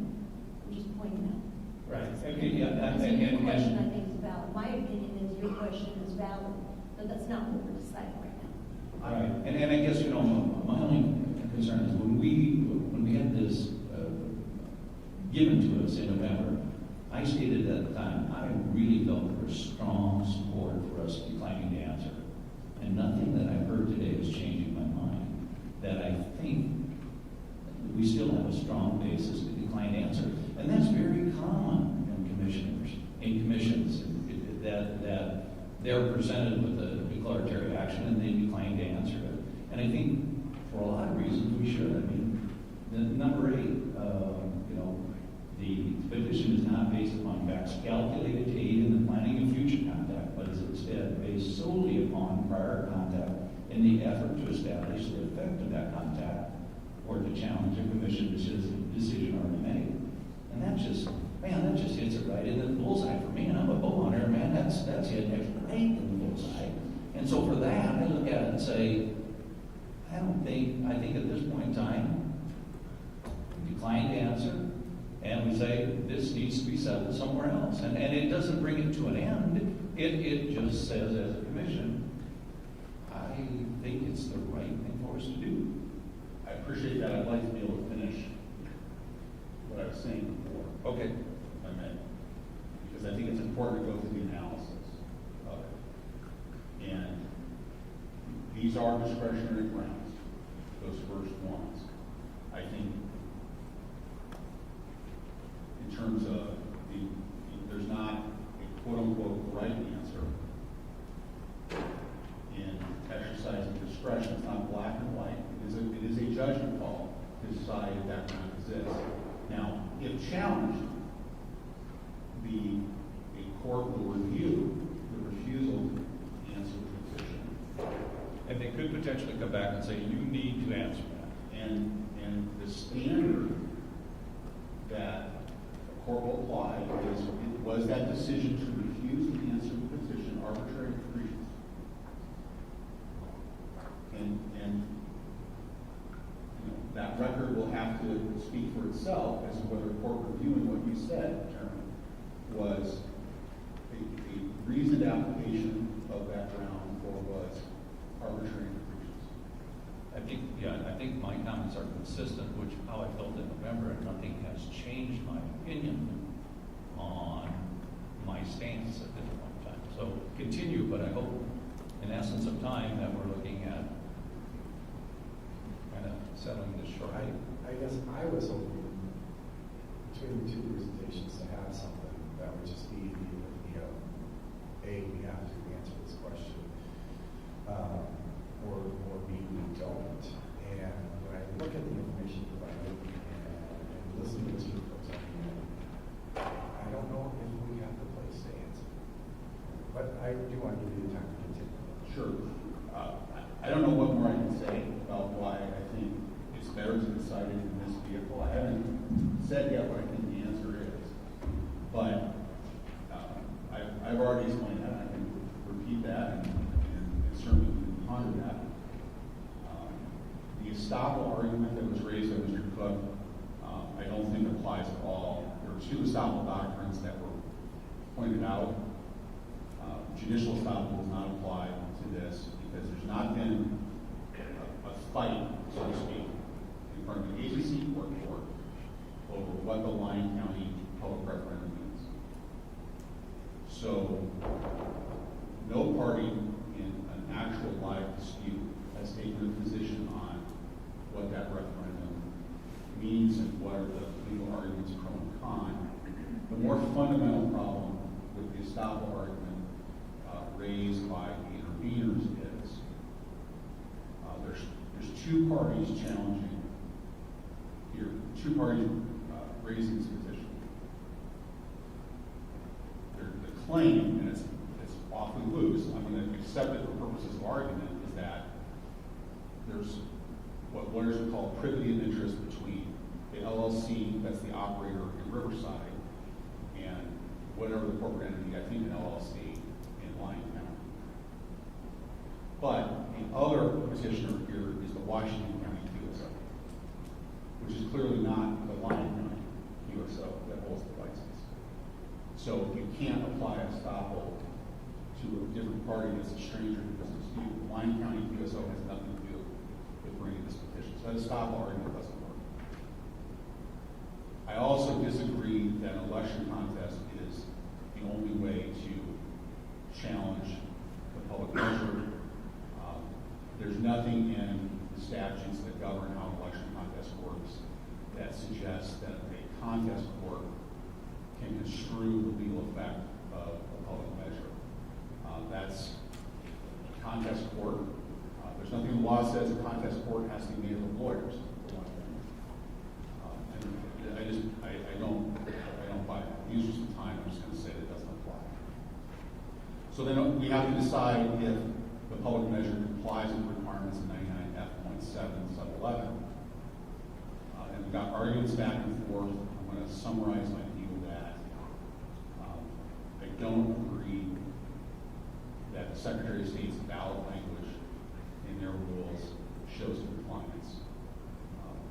It's true, there's one ballot form that has explanatory language that says it's an election by petition. That ballot language is still on point compared to the language that was picked that talks about continuing mailing means. The only thing that the language that was chosen as going for it is it doesn't have the explanatory language that's an election by petition. Everything else about it doesn't really match what was going on in Linn County. I also disagree that the Linn County language in their public measure has any bearing on this question at all. I think it's very important, and it has not yet been discussed, but and obviously there's some sensitivity here to precedent that would apply to existing licenses. And I agree, it's a fundamentally different question if you're talking about a challenge before a license has been issued to a challenge after a license has been issued, dealing with what are the vested rights in play and a whole host of other legal arguments that would go into that. So, and nothing that we say here today should be construed as trying to decide in advance some hypothetical challenge that may or may not ever happen. against another licensee. That is not before us. It's very important to me to point out that the public referendum that occurred in Linn County was under a different version of the statute. Okay? Those votes happened, if memory serves, in 2010 and 2011. The legislature, after that second referendum happened in Linn County, changed 97F.7 sub 11. The site for that is 2011 Iowa Acts Chapter 111. And they changed the language about how that 8-year interval works. And so we can't today, these are apples and oranges, we can't today say this decision has direct bearing on what would happen to a challenge in Linn County. Alan, is that the same statute that when it changed, it also went retroactive back to Yes. the beginning of gambling time, essentially? And that's the piece that could possibly be a little bit of a sticking point, because some of the timing of these previous referendums were more than just Linn County. For other licensees in the room wouldn't be in compliance since that went retroactive. Right. The legislature did something which is, frankly, I think very unusual, and that is it passed a law in 2011 that had timing rules in it, and says this applies retroactively to every election that's occurred since, I think it's January 1, 1994. And Okay. that's where I kind of get stuck on. If we're going to make a decision, you know, and I'm honestly in the camp right now there, like we should not. And one of those reasons is because one of the main arguments about if we're going to make a decision, then we have to choose. You know, are we saying no, we lack authority, or yes, we have authority? One of the factors I would have to resolve in my mind is how does that affect the stability of this industry if we start operating on a strict compliance type language rather than a substantial compliance take that we've had for many, many years and that preceded me being on this commission. I get nervous when we start talking about strict compliance and we have licensing coming up in 2 months, and what that could mean for the stability of this industry if we start operating like that, which is one of the factors of why I would be in the camp of saying that there are reasons why we should strongly consider not answering this question in this particular process of the declaratory order, kind of based under that past conduct piece that Darrell mentioned, that this is entirely based on past conduct and not based in seeking advice from the commission prior to an action. I'm going to ask you to please wrap things up, because I would like the other commissioners to have a chance to have. I appreciate that, Chairman. I'm going to insist on my opportunity to say what I want to on this. Very good. And we need to take more time to answer this question. We're going to take all the time we need. Okay. Right? Absolutely, but I want everybody the chance to have a voice too. I appreciate that. I'm not trying to filibuster. This is super complicated. Okay. And I think Commissioner Burkhardt raises a good point. So there's 2 ways you could look at that 2011 legislation. And one is, did the legislature hide this ticking time bomb in this law that blots out of existence existing operators by imposing retroactively timing deadlines? And I think that would be a completely absurd interpretation of what that legislation does. I don't read it that way at all. I think the better reading of it, the only plausible reading of it, is the legislature said everything that happened up to this point is fine, and going forward, this is the timing. So I see 0 effect on any existing operator. Again, if somebody makes a challenge, then we have an obligation to decide that and let those parties make those arguments. But I see 0 effect of a decision we made today on votes that occurred in the past, especially votes that occurred before the 2011 legislative change. Because otherwise, you're interpreting that statute in a completely absurd way. So how would that, I understand the difference between an operator and an applicant, but if a county has established that they want to apply for a game, they've done their initial, it passed, isn't that the pursuit of gaming? I mean, would that be very similar when you say the legislation didn't change anything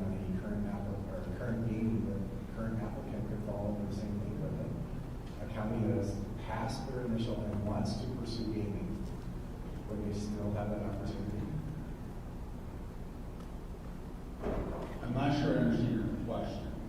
That legislation, in terms of this dispute, that legislation was passed in 2012, right? Which is before the first vote in Linn County that passed. So both votes in Linn County are under the same current statutory scheme. In layman's terms, the referendum 1 establishes the ability of the commission to issue a license, and referendum 2 establishes the operator to not have to continue to do future referendums, correct? In layman's terms, I would agree with you. Right. Yeah, and that's what, I think we have to, and this is again kind of where I'm looking at, what are we being asked to answer today? We're being asked to answer, do we have the authority to issue a license? And, even it was said in one of the arguments earlier that the legislature gives this commission, like you said it out, full authority over that process. So I just have a hard time, establishing the fact that we wouldn't look at the effect overall on the industry when we're charged with that. Or hold one to a certain level and not everyone. Right. And so this process, we're saying, this is the question in front of us today. There is no challenge to something else, but are we inviting a challenge, to some of these other things? And what does this do to the daily business of this commission? Well, we kind of get into this sword use of the declaratory order. To use your words. Sure. I would say, just generally, we as a commission cannot avoid from time to time making really hard decisions.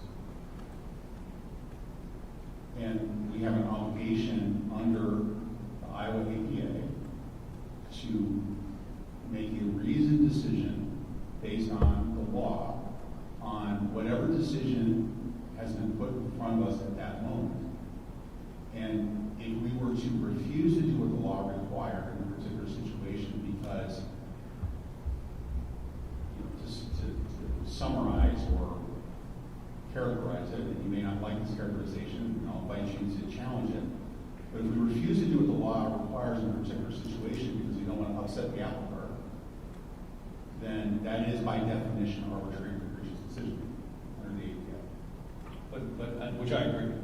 But also, if I read under 2.2817A, refusal to issue order, 2.281 is the commission shall not issue a declaratory order where prohibited by Iowa Code Section 1780.91 and may refuse to issue a declaratory order on some or all questions raised for the following reasons. And again, I'll move down to number 8. The petition is not based upon facts calculated to aid in the planning of future conduct, but is instead based solely upon prior contact in an effort to establish the effect of that contact or to challenge a commission decision already made. And that hits absolutely the fact that we should not issue a declaratory order in this situation. And so we are not acting other than what we are told to do, and we're told the commission shall not issue. It doesn't say you may not, you shall not order based on these facts. And we can argue forever whether these fit, but that one fits to a T. And so for that reason, I think we have to decline to answer the question. And that doesn't create an issue. There's other options out there. So I think there's no question. We can continue to talk, and I don't want to cut you off, but we can continue to talk about this. But I think we would be acting as a commission unfairly to both parties if we did issue. And so I'm going to stand firm on that position. And I stated that in November. We'll listen, but I still felt the right move towards that point. What time was to decline to answer. And I think, just to follow up on that, I agree with you on 8, and I think 2. I think what you brought up about 2 is right. Standing. I think you look at 2 and you can look at 4, but I think 8 is dead. And I think 2, if I understand it correctly, just because we are not, we're going to decline to answer. I mean, it's not the the end of the road. You can still talk more. If they turn around and tell us we have to do it, then so be it. Right? Isn't that true? Correct. That is my understanding. I believe that is correct. Is that correct? That would be correct. He is. Yes. I didn't ask, but it is correct. Alan, do you have additional things you'd like to discuss? Well, I haven't even said what I think the merits of the decision. Okay, well, could you give us that? So, but I do think the decisions of the Iowa Supreme Court compel a strict compliance standard. There's a case called Muscatine Lighting Company versus City of Muscatine, 17 Northwest 468. And a very recent case, Bluba versus State Objection Panel, 11 Northwestern 3rd 459. Case I'm familiar with. The court has re-emphasized the strict compliance that's required in evaluating these statutes. Muscatine Lighting Company case deals with the public measure. Another case that both parties cited is Conningham versus United Community School District, the counties of Boone and Story, 137 Northwestern 601. I frankly think the Conningham case is dispositive here. That it doesn't really matter what you call it in terms of strict or substantial compliance, you still have to have compliance. The Conningham case is where the public measure for bonding, all the preparatory information said the bonding was going to be to construct a schoolhouse. The actual language that was on the ballot said it was to construct a senior high school, and the Iowa Supreme Court, in their language, said at the heart and soul of the election, the language was different, and gives examples of the kind of immaterial differences that would not cause that result to change. So I find, it looks like I'm going to be issuing a dissenting opinion, but I believe that we should answer this question. I think we have no choice but to, based on what's presented here. And I think we should grant the petition. I don't believe that the language in 2021 was sufficient to authorize gambling games in Linn County today. I think that's very unfortunate. I think we were presented with very persuasive arguments from the community that they supported.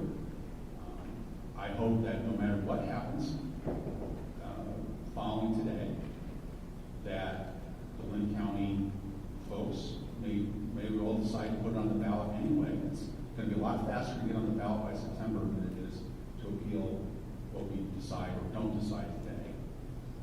And I have every reason to believe that measure would pass. I would be very surprised if it didn't.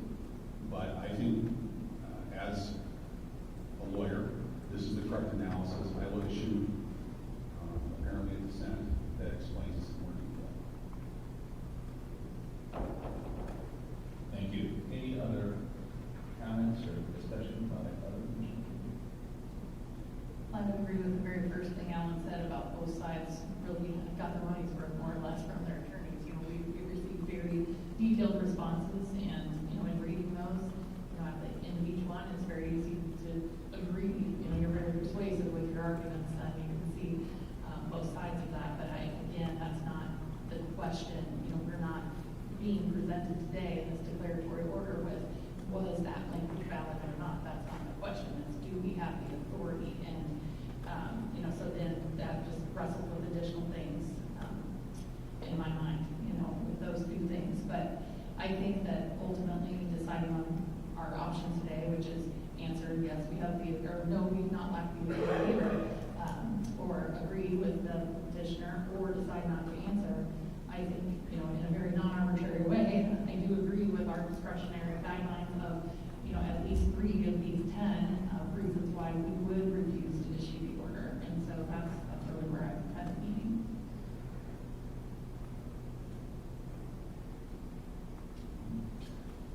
I have to agree, and I guess I would be the one to move to decline to answer the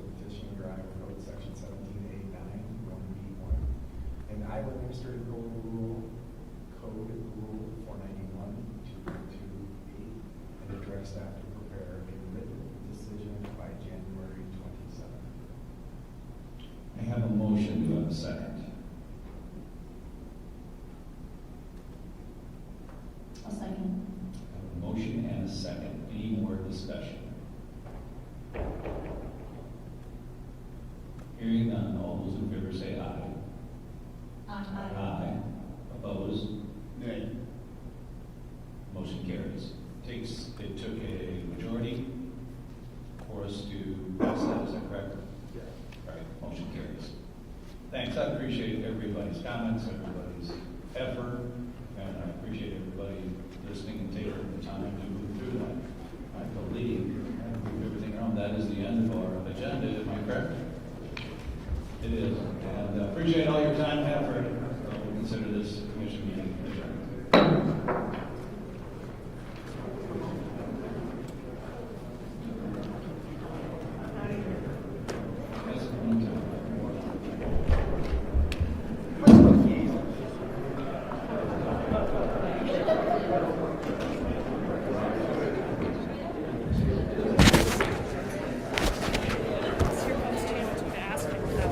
Huh? What was the decision?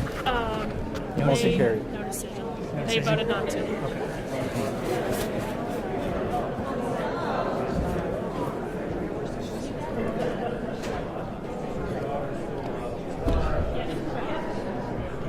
No, they're not.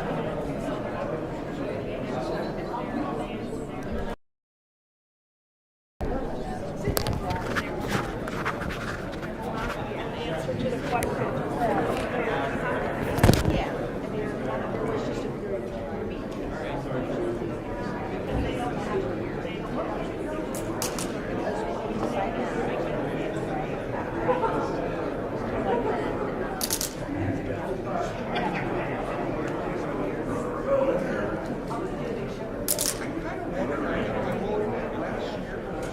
Tell me that.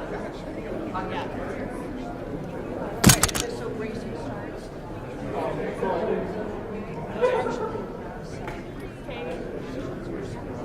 They do not believe it. Anyway, they do want us to shoot it Q&A style. Of course they do. Commissioner comes over here. Yeah, they're like, well, so they're gonna refuse to vote today and then have a written decision. I'm like, no, they're not voting at all. Each round's like, so the written decision will be that, let's say that they decided not to vote. I'm like, correct. They're not. They don't legally have to. They're not going to vote on it, and they're not going to. And so even whenever the written decision comes down, they're not going to. Like it's going to say that you refuse to make a decision. So they are just okay. Yeah. Yep. And you're right. We're going to have that push first. Yeah. Yeah.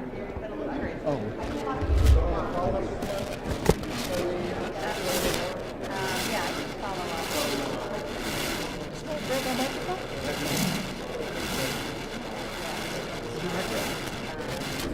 Oh, okay.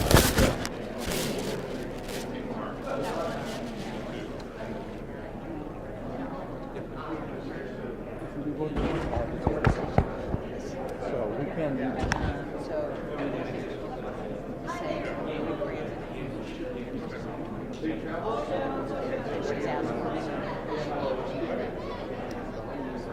I wrote it down. I'll follow up. Thank you.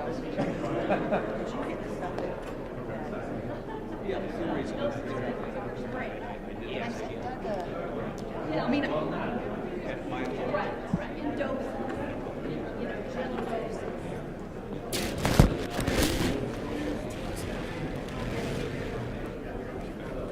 How are you doing? We'll just leave this up so that we can have it. Yeah, we'll just leave it up tomorrow.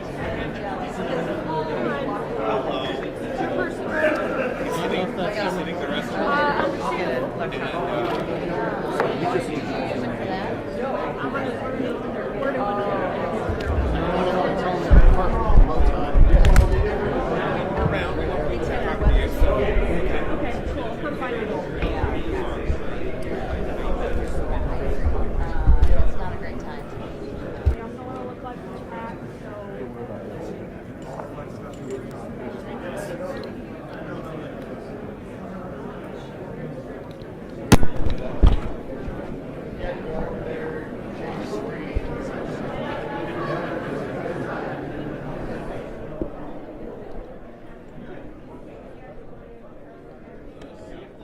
Check, check, check.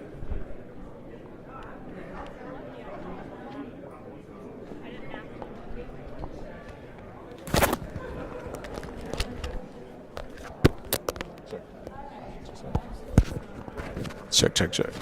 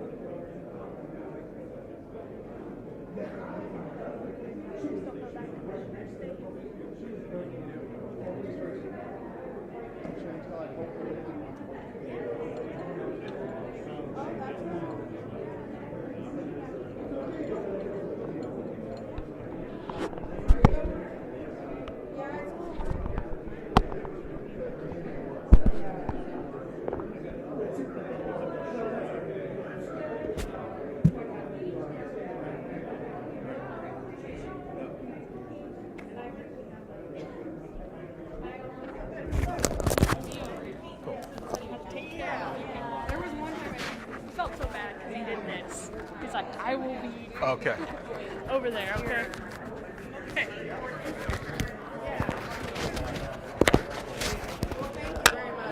I was trying to keep notes, but you talk so fast. Okay. I'll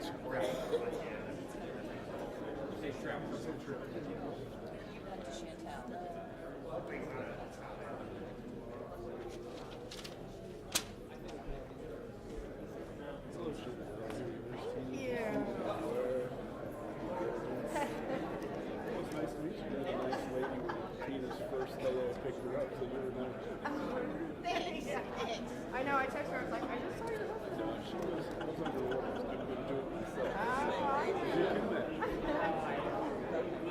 This was the one with just a few pictures, right?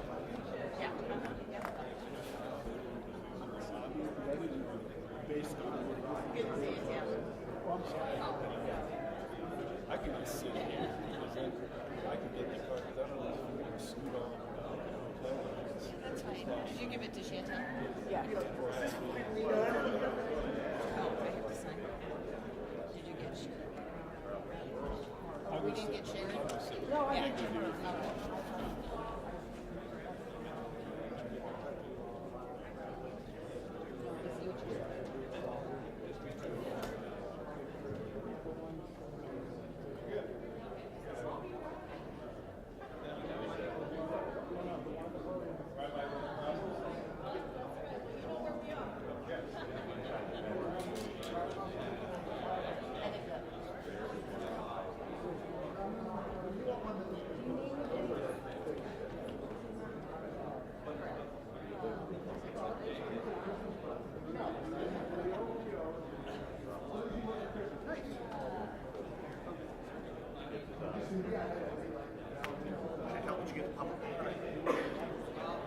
I approve of that one being able to cut everybody who touches it.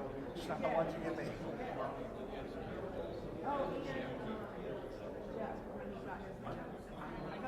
Yes! Like every month with these folders, and I forget, and then as soon as it happens, I'm like, every time. Yeah. No, it's kind of, I don't know, there's a better way to do it. I guess. Yeah, I don't know what's like a binder every time. Yeah. I don't know, I guess they have that, the copier for a bunch of stuff. I know it's sneaky. I don't know, yeah.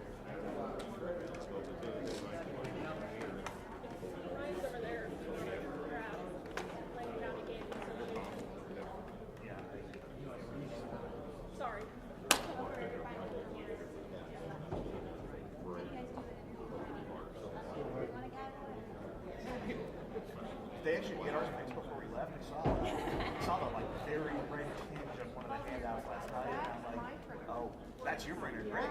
So I know, and I asked him, I was like, I know you're not here for this, but do you mind when we do this? He's like, no, and it's only when I print in color. I think it was like something black and white, so then I just like 15 minutes from one show. Right. Oh my God.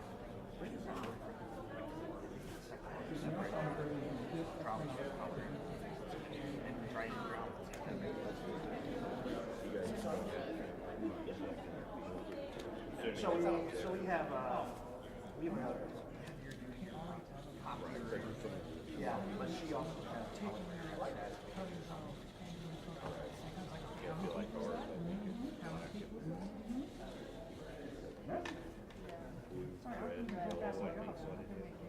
but it's a one. Yeah.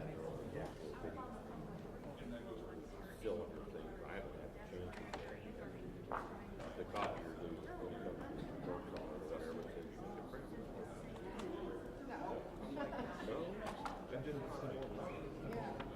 Should you choose to accept? They're ignoring.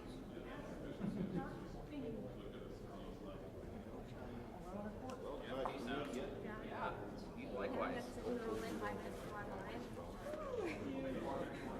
I would probably only be like following up on it. Yeah, that's what I'm talking about. I saw people starting to leave, and I was like, okay, I know it's coming. I got to go find out. The whole time I'm texting my Andy, and I was like, you sound like you're panicking. I'm like,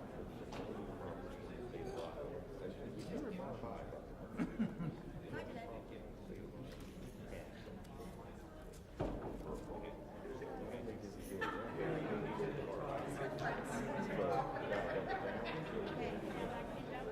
Oh, as a waiter. Commissioners don't Not do just, that. I'm belly up. Not mine. There was one time last night. The guy walked.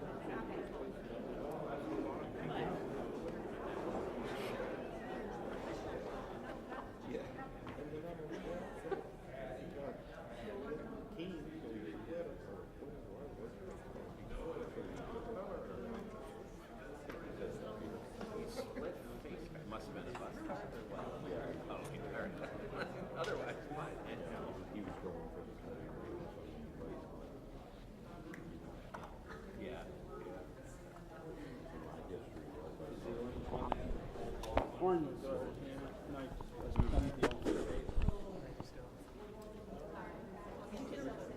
You're rolling out. You're both going out. Let him roll. Okay.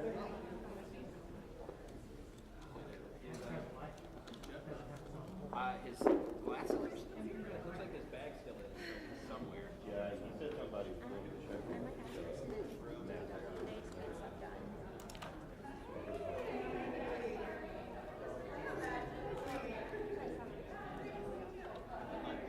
Not that I'm aware of at the first moment.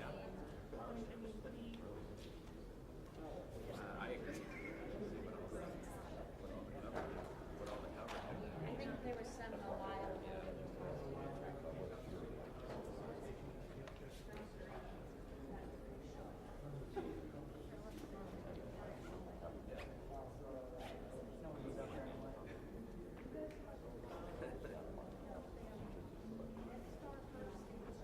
Yeah, and that's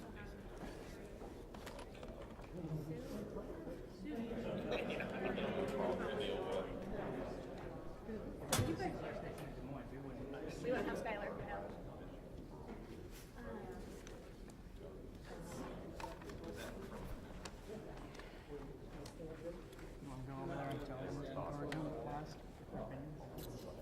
Well, it didn't pass, it was filed.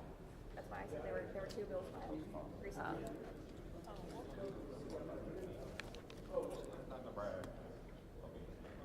That, or when I always had a primary break, they all went down and found maybe.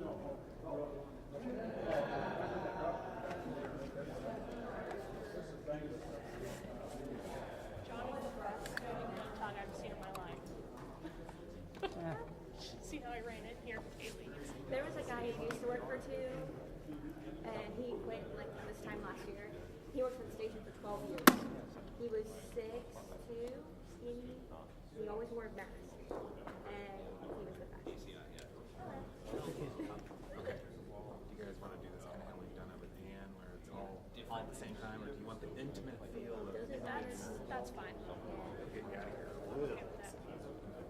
not like we don't have a 2-hour drive back. I know, I'm looking at my. And sometimes they might go through and get completed of Yeah, something we that's don't talk to. administrative.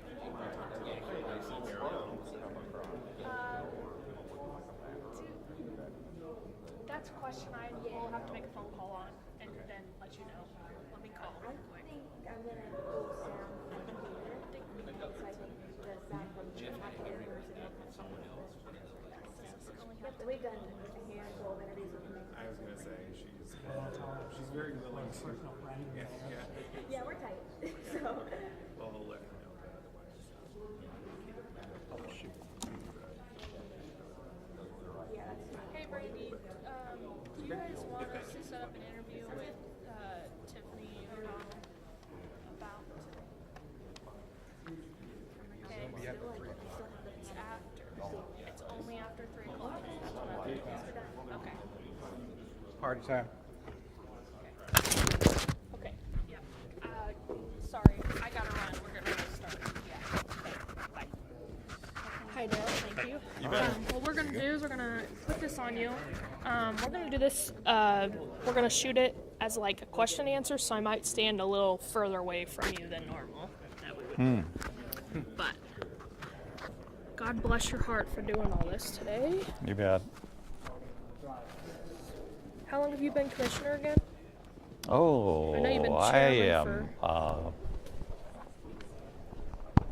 It'll be 5 years in April. 5 years in April. Oh, sorry, Laura. Okay. So, since yours is just on you, I'm just gonna hold mine here, and you can just look at me. Sounds great. Yeah, so we don't have to play this game. You know, so.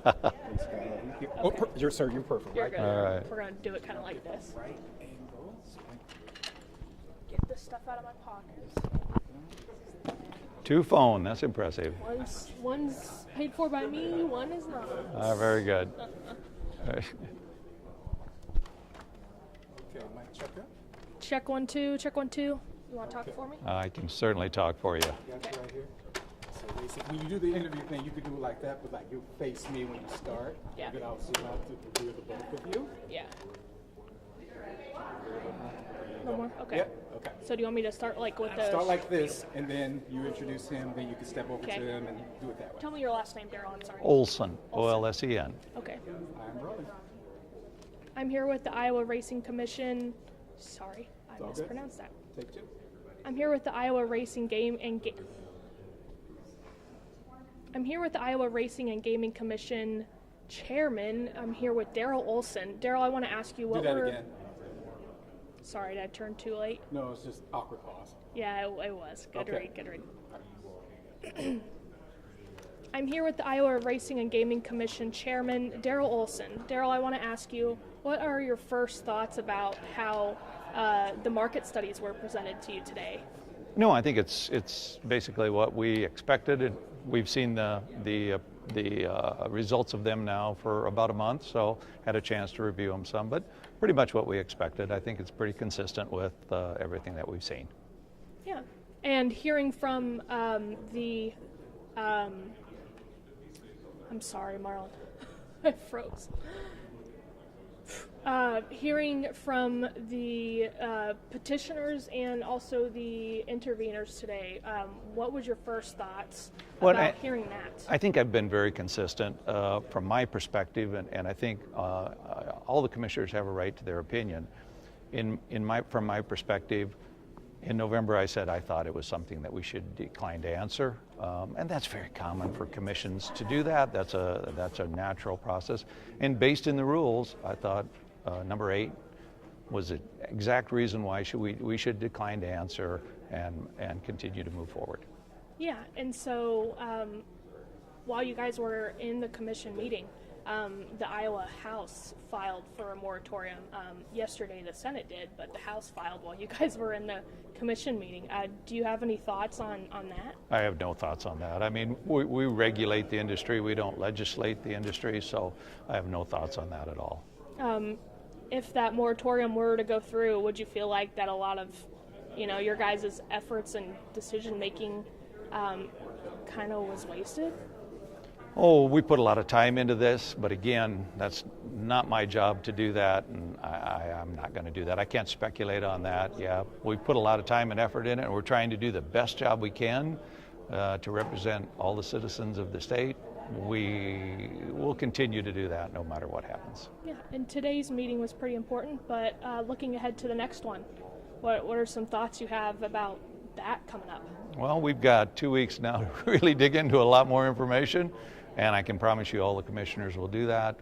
I have no idea how everybody is looking at the application, but I think we're all going to look at it. We're going to spend a lot of time reviewing it, and we'll make the best decision we possibly can. Do you expect Riverside to take this petition to a level above the commission now? I have no idea what they would do, and for me to say anything would be just speculation, and I won't do that. Okay. Thank you for your time, Daryl. I appreciate it. Appreciate it much. Sorry, I'm done. No, I'm sorry, I froze. Yeah, but I can't speculate on some of that stuff, and I mean, for me, You could have tagged that, but we're done. Yeah. Thank you so much. We appreciate you. Yeah, I appreciate it. Thank you. Well, that's a touchy subject. yes, absolutely. Just wanted, did you know that came down? I mean, I was just like, oh my gosh, right during the meeting. yeah, that's crazy. That's all I know. good. Yeah.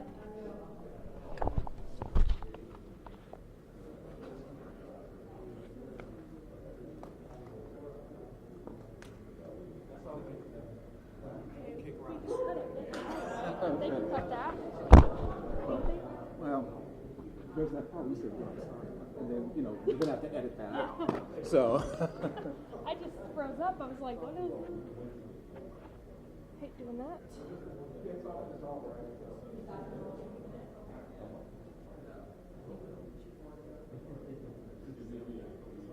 I'm going to turn this off. We got, sorry, Marlon, we have one more. We need to send this back too? This next one, we got one more interview. I mean, I know we have one more. Oh, Do they need it? No. That's no, why I'm turning sorry, this off. I'm sorry. Okay. 4.